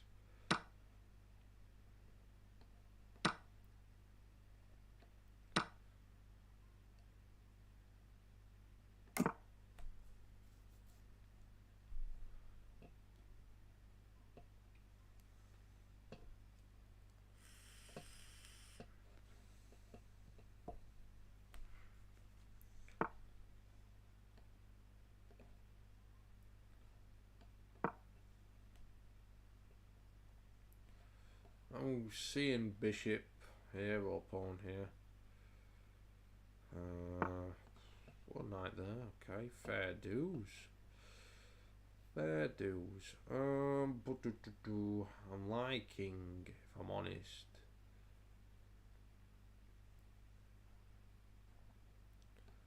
Playing a knight here. I'd like the knight on d5.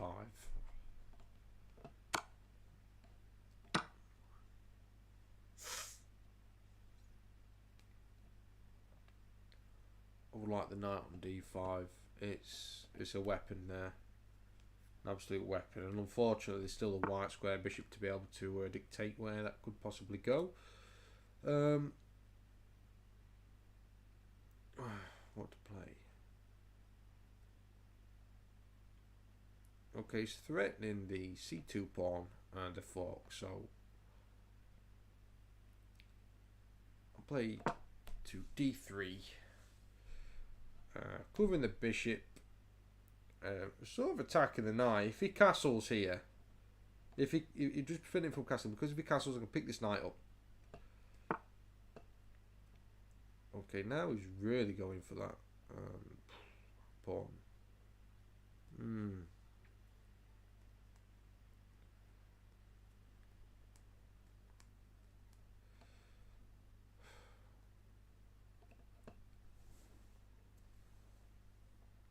And I think he's gonna get it.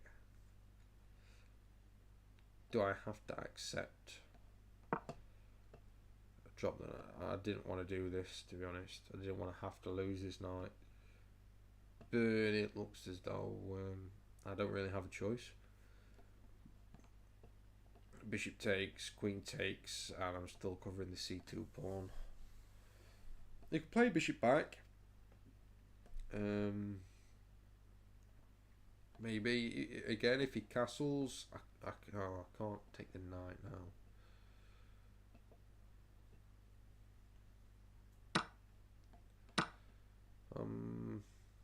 Again, if he castles now, I could take the knight again. The queen is preventing him from castling.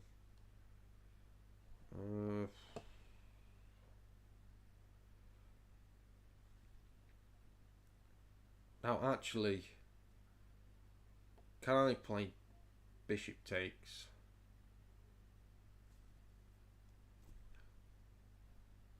I don't think I can. But I have to accept that he's gonna get this bishop. If he castles again, I'm just gonna take the knight. There we go. Win the knight. There we go. That's how you play chess.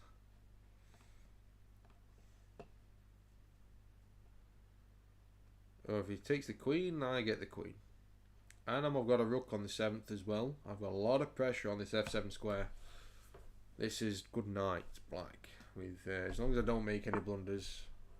There we go. There we go. You silly person. I believe I've got time to just pick this up. This bishop's beautiful. Absolutely beautiful. And I'm just gonna play back. Covering this. I mean, he could play the rook here, I suppose. Play the rook there. The queen's pretty poor there, actually. I don't know why I played that.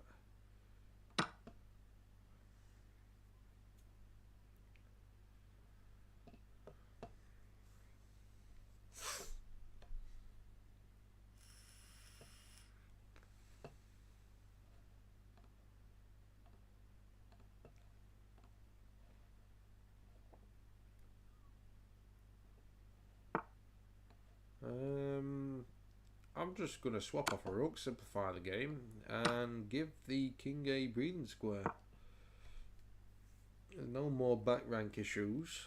I can get that rook into play. He's coming here, basically. Before I played g3, I could have played d1 immediately, I suppose.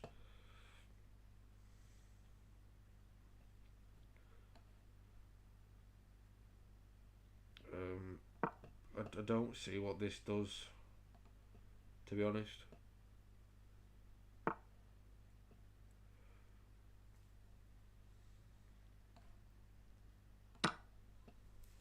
win the pawn and cover the rook at the same time.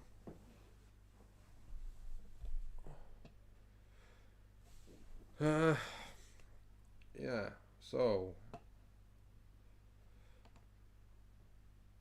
we might as well just drop out and resign. I think I would if I was him. I mean, the next move's got to be. It's got to be this. In fact, yeah, d7. Okay, I'm not leaving this rook undefended, but there's the definite threat of this.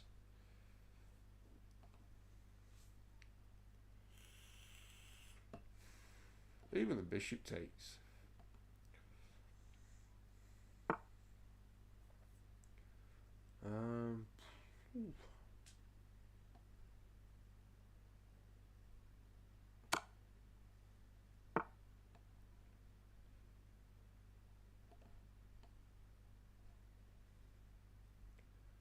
Well, if he wants to swap queens, he can.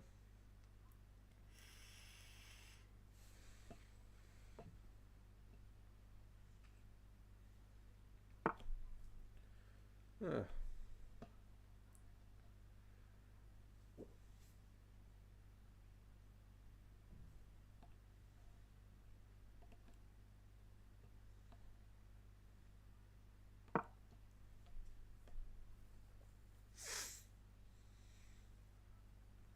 Oh dear me. What a plonker. Can't believe I just did that. What am I doing? Why did I Oh, he misses it. Oh. Yeah, let's sort that out. I can't believe he missed it. What the hell? Okay, now what's he gonna do about this? Shit. Whoa. Can't believe I played that. What was I thinking?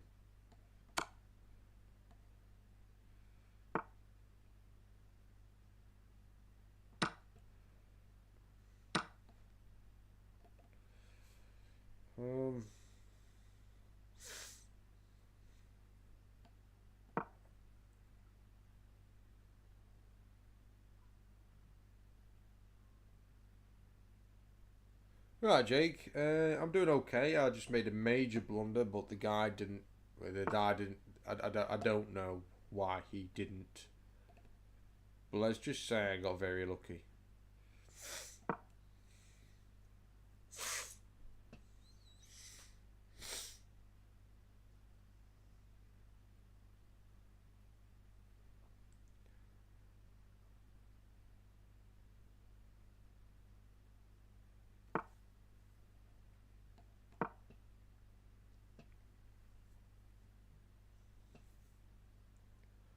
I wouldn't say a winning streak.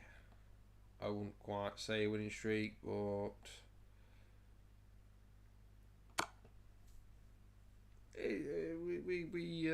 we getting there. I notice the bishop covers the f7 square. There's no block here. He's got to pull the king back. And oosh, what to do?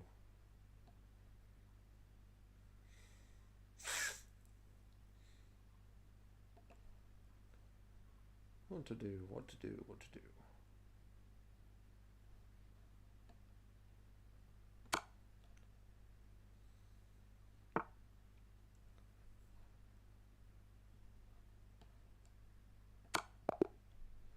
There we go. Yeah, you want to see the blunder? You want to see the blunder? There was the major blunder. And maybe just show mercy, just to equalise, just so it didn't ruin the game. 1600 should have jumped all over this.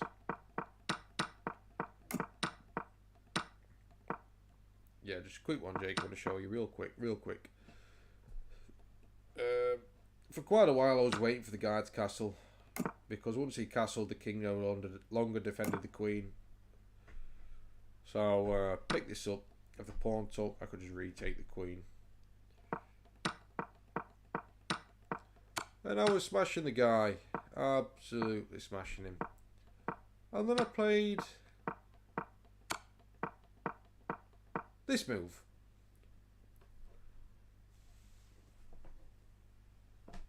Don't ask Jake. No idea. I have no idea why. No idea. But he did this.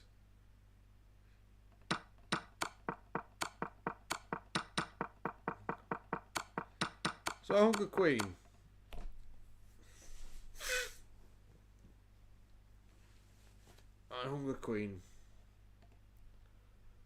What a plonker. Right, I'm going to go for a quick. I'm going to go for a drink. Make a drink real quick, buddy. Hopefully you'll stick around. I'll be back in a moment.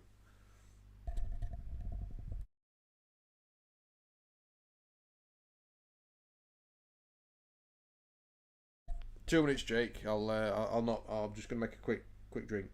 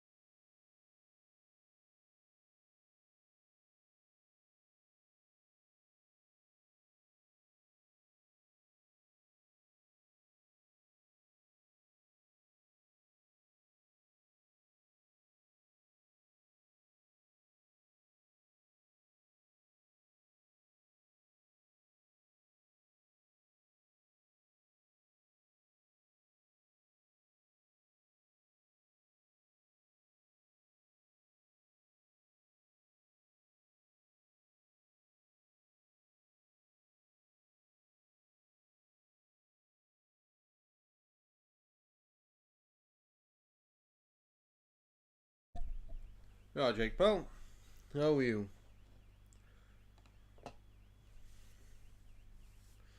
Oh, dear me, I need to fix this. Got the chat. Got the quote. Oh, that'll do. That'll do. Right, where was we? See if I can keep progressing. Can I get a Scotch Gambit? No, I cannot.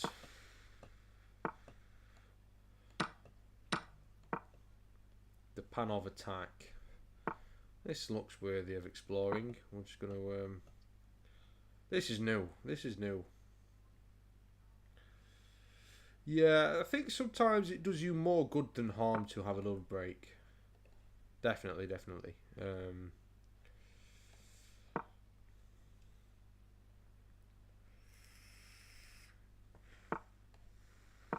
Draw the bishop here because if this takes, queen takes, there's no knight taken on d4. I could have played the pin. I'm going to play the pin, actually. They found not, because I'm never going to take the knight if he plays a6, because it just gives him 3 pawns in the centre. I'm just going to ask this bishop what the hell it wants to do. I'm expecting him to go back to h5. And if he goes back to h5, I'm going to play bishop t2. Just breaking the pin, freeing this queen up, and this bishop also. I've not got 2 pieces babysit a pawn just to see what happens. Yeah, I love the Scotch personally. I ought to make a fresh Scotch video on YouTube, because I understand that the Scotch video that I have got on there is pretty poor. And I am getting a little bit better at making videos, so I think maybe to redo the Scotch is an idea.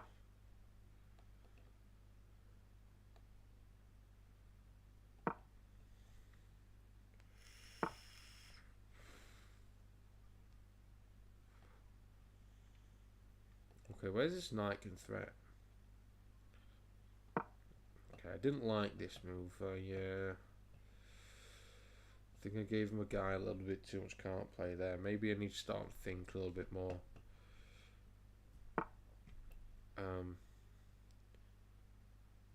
Well, as for the trade, the bishop's still got this covered, so we can block the queen off for now. Just knight takes, and if pawn takes, just play the knight back here, putting pressure on the pawn. Getting rid of the centre.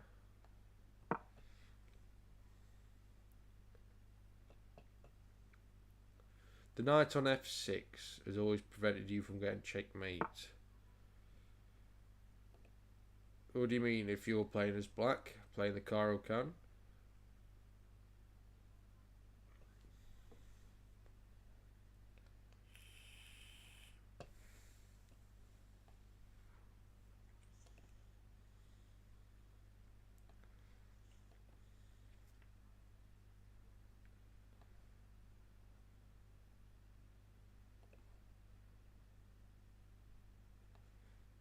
Okay, I can now feel comfortable taking here.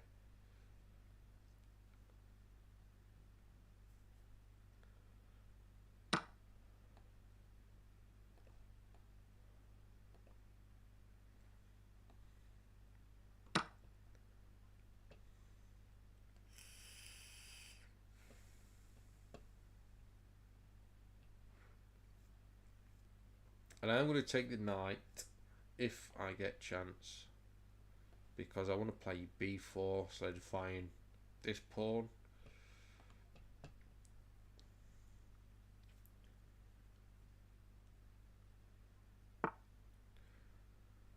So play it now. What is he threatening?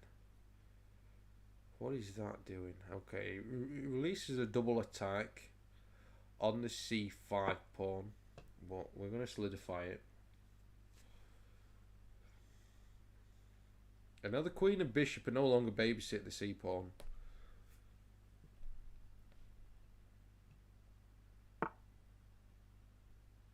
Yeah, it's one to.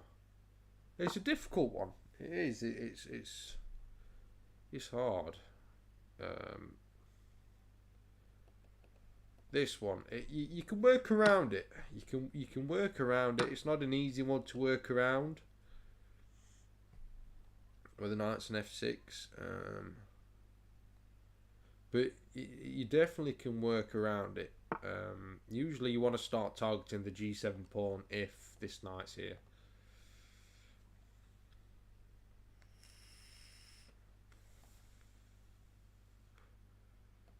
Okay, so he wants to move the knight and release an attack on this rook. So where do I put the rook?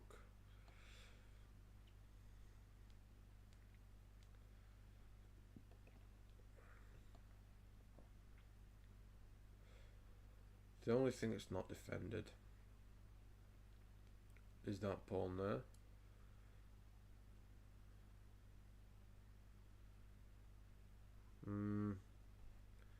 C8, C1. Play. It's a tough one, really. Play C1. Just get a rook behind the passed pawn. It's principle, isn't it?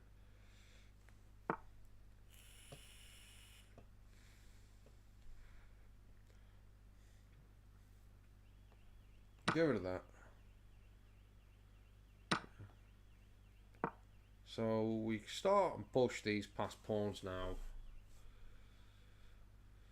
The rook of c1 nicely covers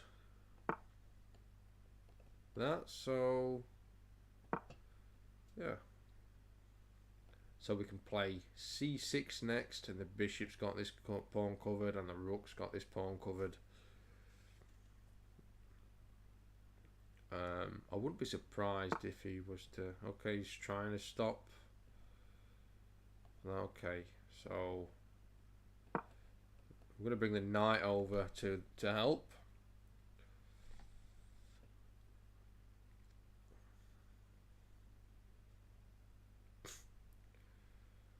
This pawn is well defended. This backwards c5 pawn. These are going to be the monsters of this game. The knight here also helps prevent this. Yeah, it's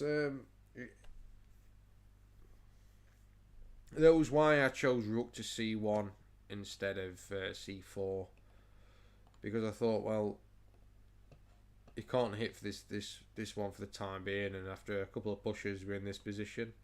So after I now play, I'm going to get a chance to play c6 after knight to a5, kicking the rook away. I play c6. I've got two defenders of this pawn. I've got a defender to this pawn. Yeah, okay, we're gonna. Okay, so we've still got two defenders here. He's only got two attackers, so it costs him a piece still to take this. And he's going ahead now. This pawn's defended.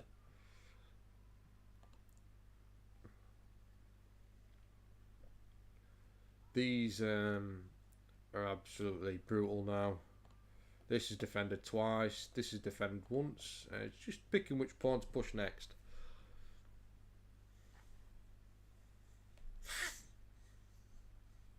See, it's not always about attacking the king. Create an advantage on a certain side of the board. You don't have to start trying to smash the king. Look how well defended this king is. Why start attacking the king? Look how defended the queen side is. All this is open. Look at this. And he's only got pieces to attack the two pawns. He's only got pieces to attack the pawns, so...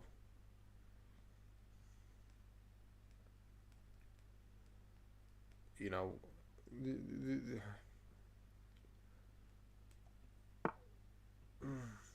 Okay, so we can go danger levels if we like, and play to attack the queen if we feel like it. we've got a fair bit of time, so I don't have to rush this move. I could play a calm queen to d2, but I don't feel like that does enough. I can really start putting pressure on the position with c7, but I feel like, yeah, let's play c7. The queen can always come over here. I mean, he's got to do something about this. This queen. This queen is in severe trouble. I can always defend the knight after. I mean, if he wants to take the knight now, I'll happily win the queen.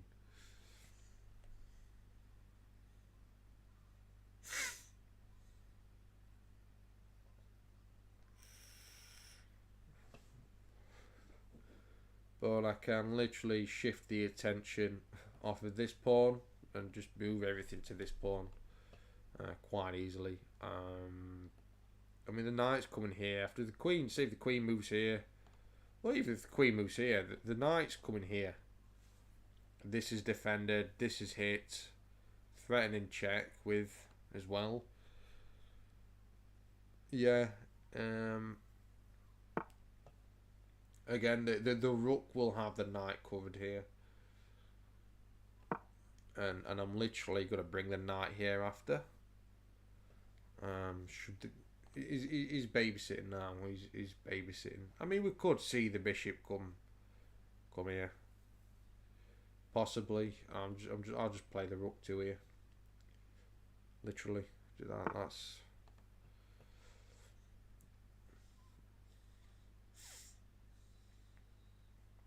Okay, so what can we do?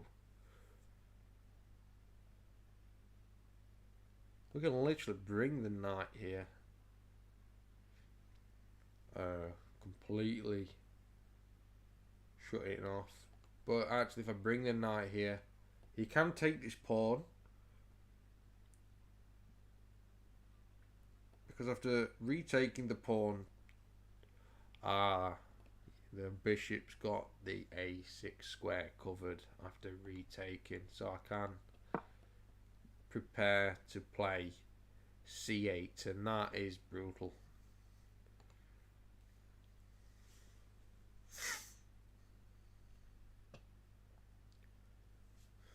If I'd be very tempted to just win this pawn now.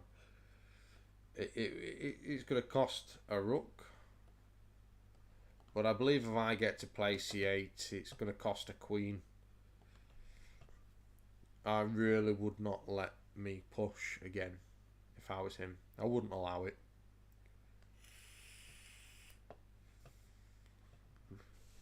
It's just a good example of not having to attack the king. There's no need to attack his king here. Hey, look at this bishop. If I was attacking the king, that's absolutely brutal. There's just no need to attack the king. This bishop's an amazing defender, but it's doing nothing else. That's it. He's a very good defender of the king. He's got an amazing king defense. Yeah.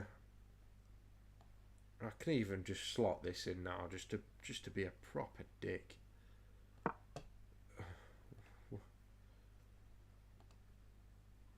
I mean, if he allows queen here and rook here, it's good night.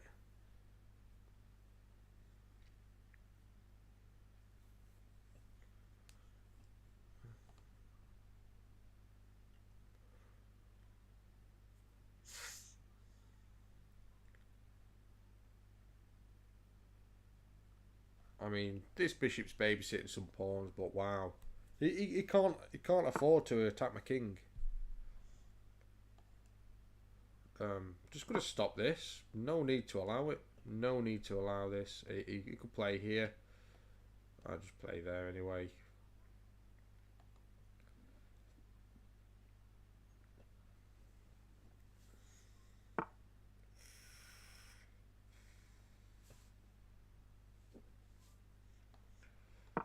Let me play A1. That's coming next.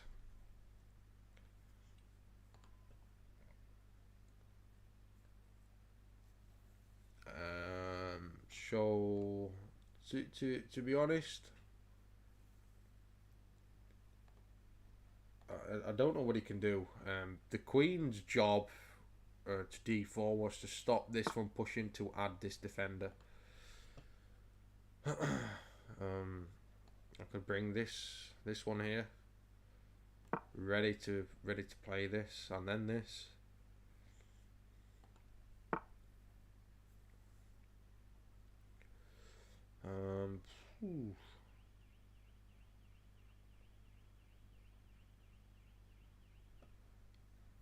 Okay, so what happens if I play this now? Rook takes the queen, rook takes with check, so the queen takes, and then you play a8, queen in, and if the queen takes, that is mate. So what if I play this now, and then he takes the queen? Well, this, the bishop covers mate. But he's got 48 seconds to play the position. 48 seconds to play. So let's just play the fun move. Queen c8, making a queen. Yeah, it is. I mean, I believe this was a move late. But being as though he's so low on time, I wanted to play the fun one. I think this is more fun to play. This queen's still stopping this bishop getting it in the defence.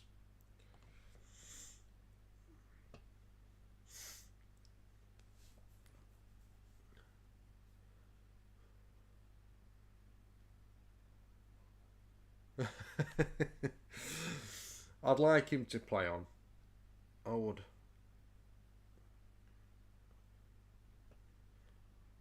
What I don't think he's going to do. Oh, he is. There we go. That's why the queen's here. Okay. Just threaten mate.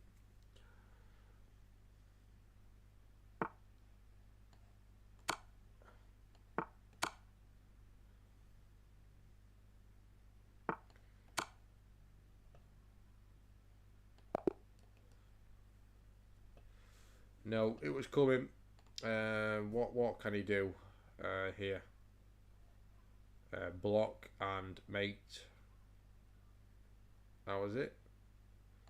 This is blocked off. This is blocked off.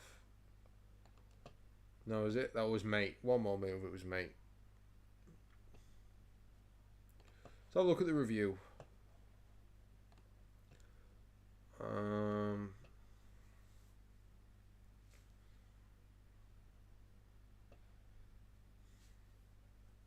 Well, I play the blunder. I'm going to say that this was the blunder. Maybe. One player was winning and then gave it away. Well, he always liked my position, to be honest.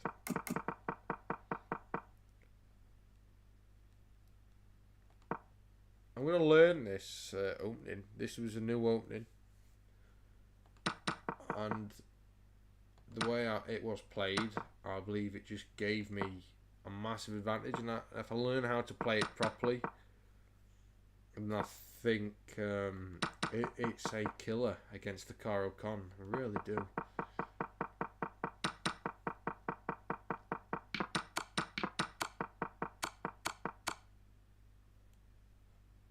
I mean, that's all there is to it.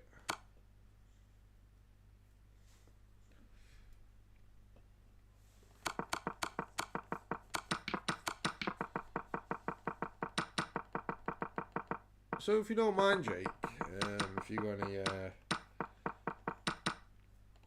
unless you've got a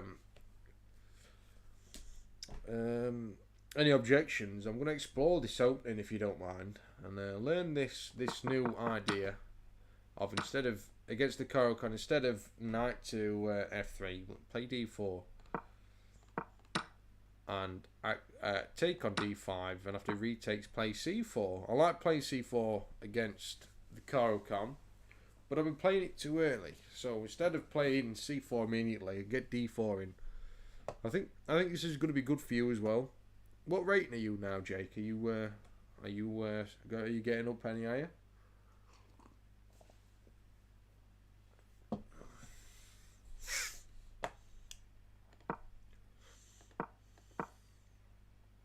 Okay. So this is considered the... This is called the Gundarum attack. And... yeah. Panov Gundarum attack. So let's explore it.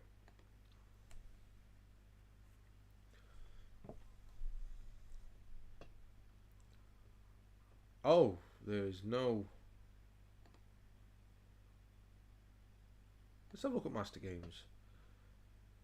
So,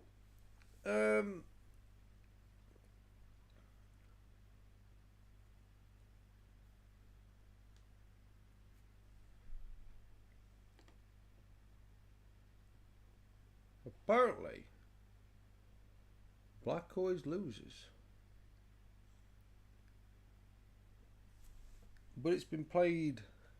Sorry, black always wins. Oh, I'm glad to hear that, Jake. I hope it's because of me. I think this was a very instructive game, though it wasn't played perfectly.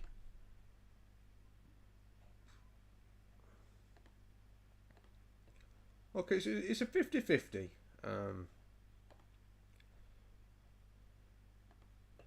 So this is a completely new position on move 7. Now the idea of what is bishop? Sorry, is this knight? Okay, that's a very small symbol. Knight to c3. Now I don't like knight to c3 because after bishop takes, queen takes, knight takes with a tempo. That is why I played bishop to e3.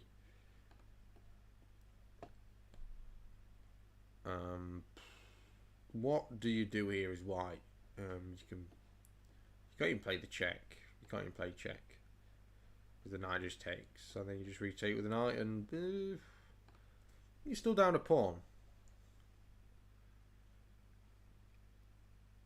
Well, I'm glad to hear that, Jake. I am. That is one of the main purposes to stream and upload the YouTube videos. But I think I'm gonna make this into a YouTube video. I think, Jake. I think this could be very instructive. This game.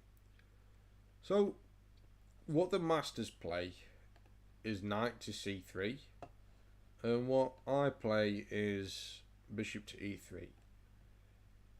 There's no games been played. No games ever been played in this position.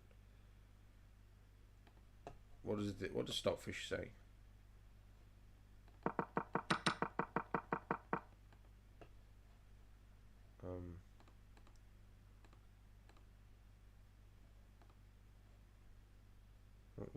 What is it? It's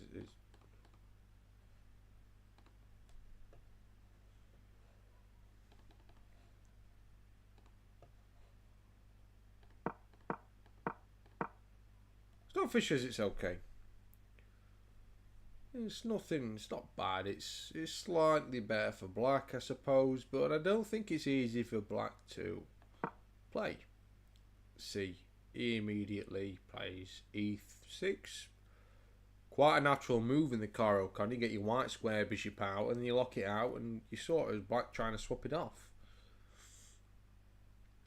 But I've defended my d4 pawn, which is protecting my very powerful c5 pawn. I've defended it by playing bishop to e3. Because the bishop can't take... Well, it can, but this is defended now.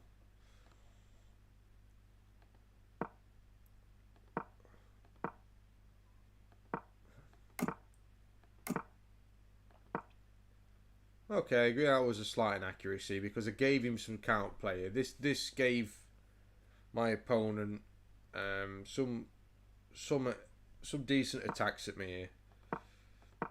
And I agree. They weren't horrendous, but I gave him a better position. Yeah, I mean, I hate playing against the Kaioken as white, so this is why I'm exploring the C4 idea.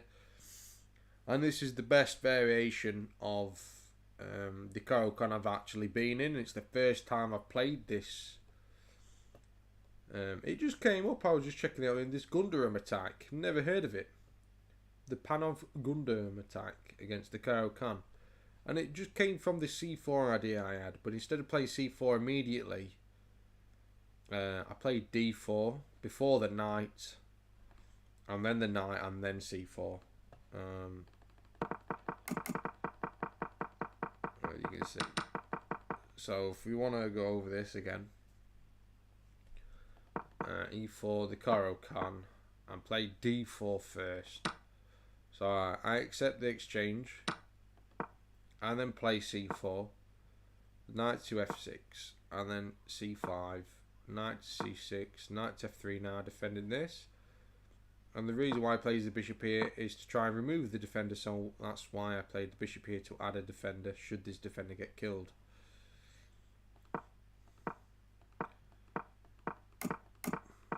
Okay, this way I gave him some unnecessary counterplay. But then, okay, Stockfish doesn't like this. But I wanted to get rid of this knight. So I do.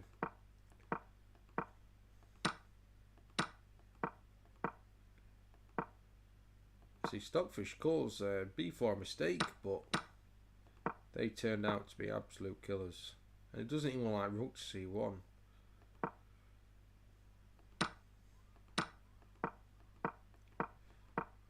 And now these were killers, these pawns. Absolute killers.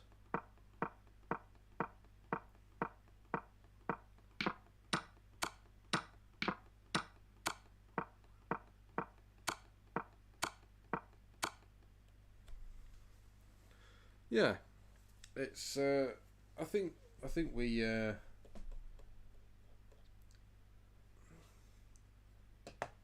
It's definitely worth looking into. I mean, I've never played before with an 83% accuracy, so that definitely suggests that it's fairly easy to play as white.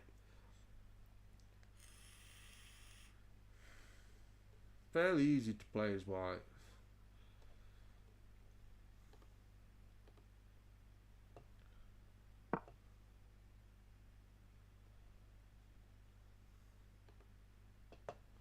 No, I don't want to do that.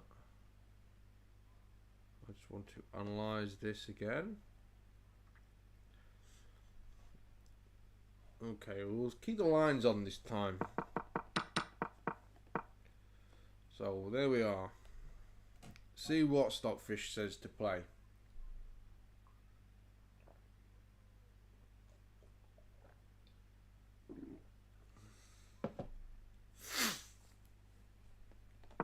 So you play knight to C3, which is okay. It starts adding pressure.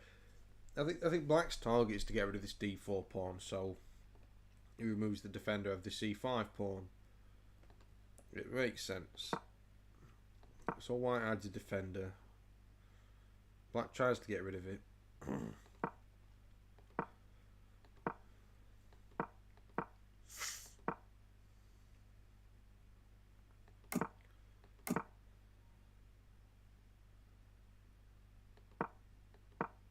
Okay, this was the bad move. So instead of playing Queen to D3, why did I play Queen to D3? There was just no need to.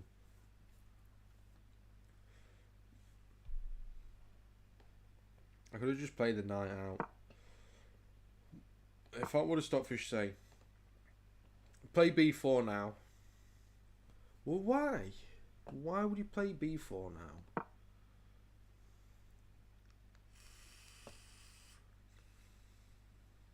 Why would you play B4?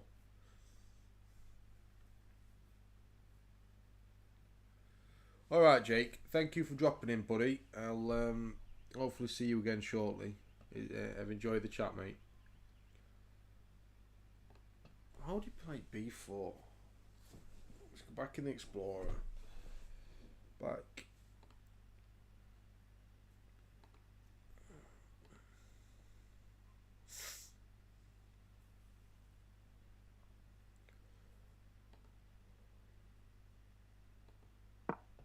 So this has been played, and white wins or draws from here.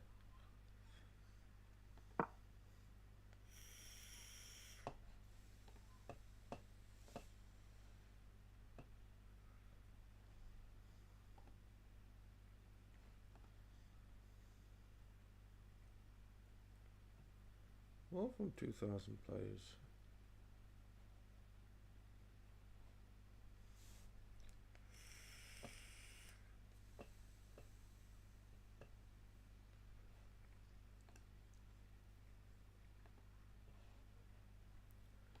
That is one to learn. That is instructive, definitely. Right, I think I'm going to end the stream here anyway.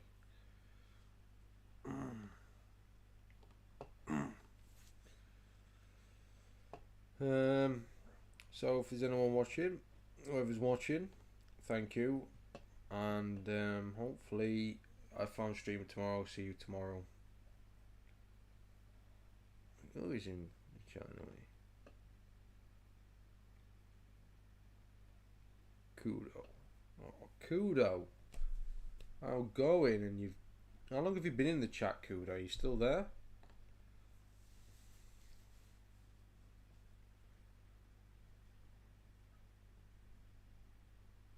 Maybe. Maybe not.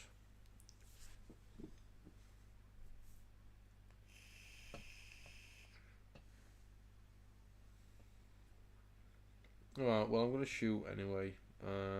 So...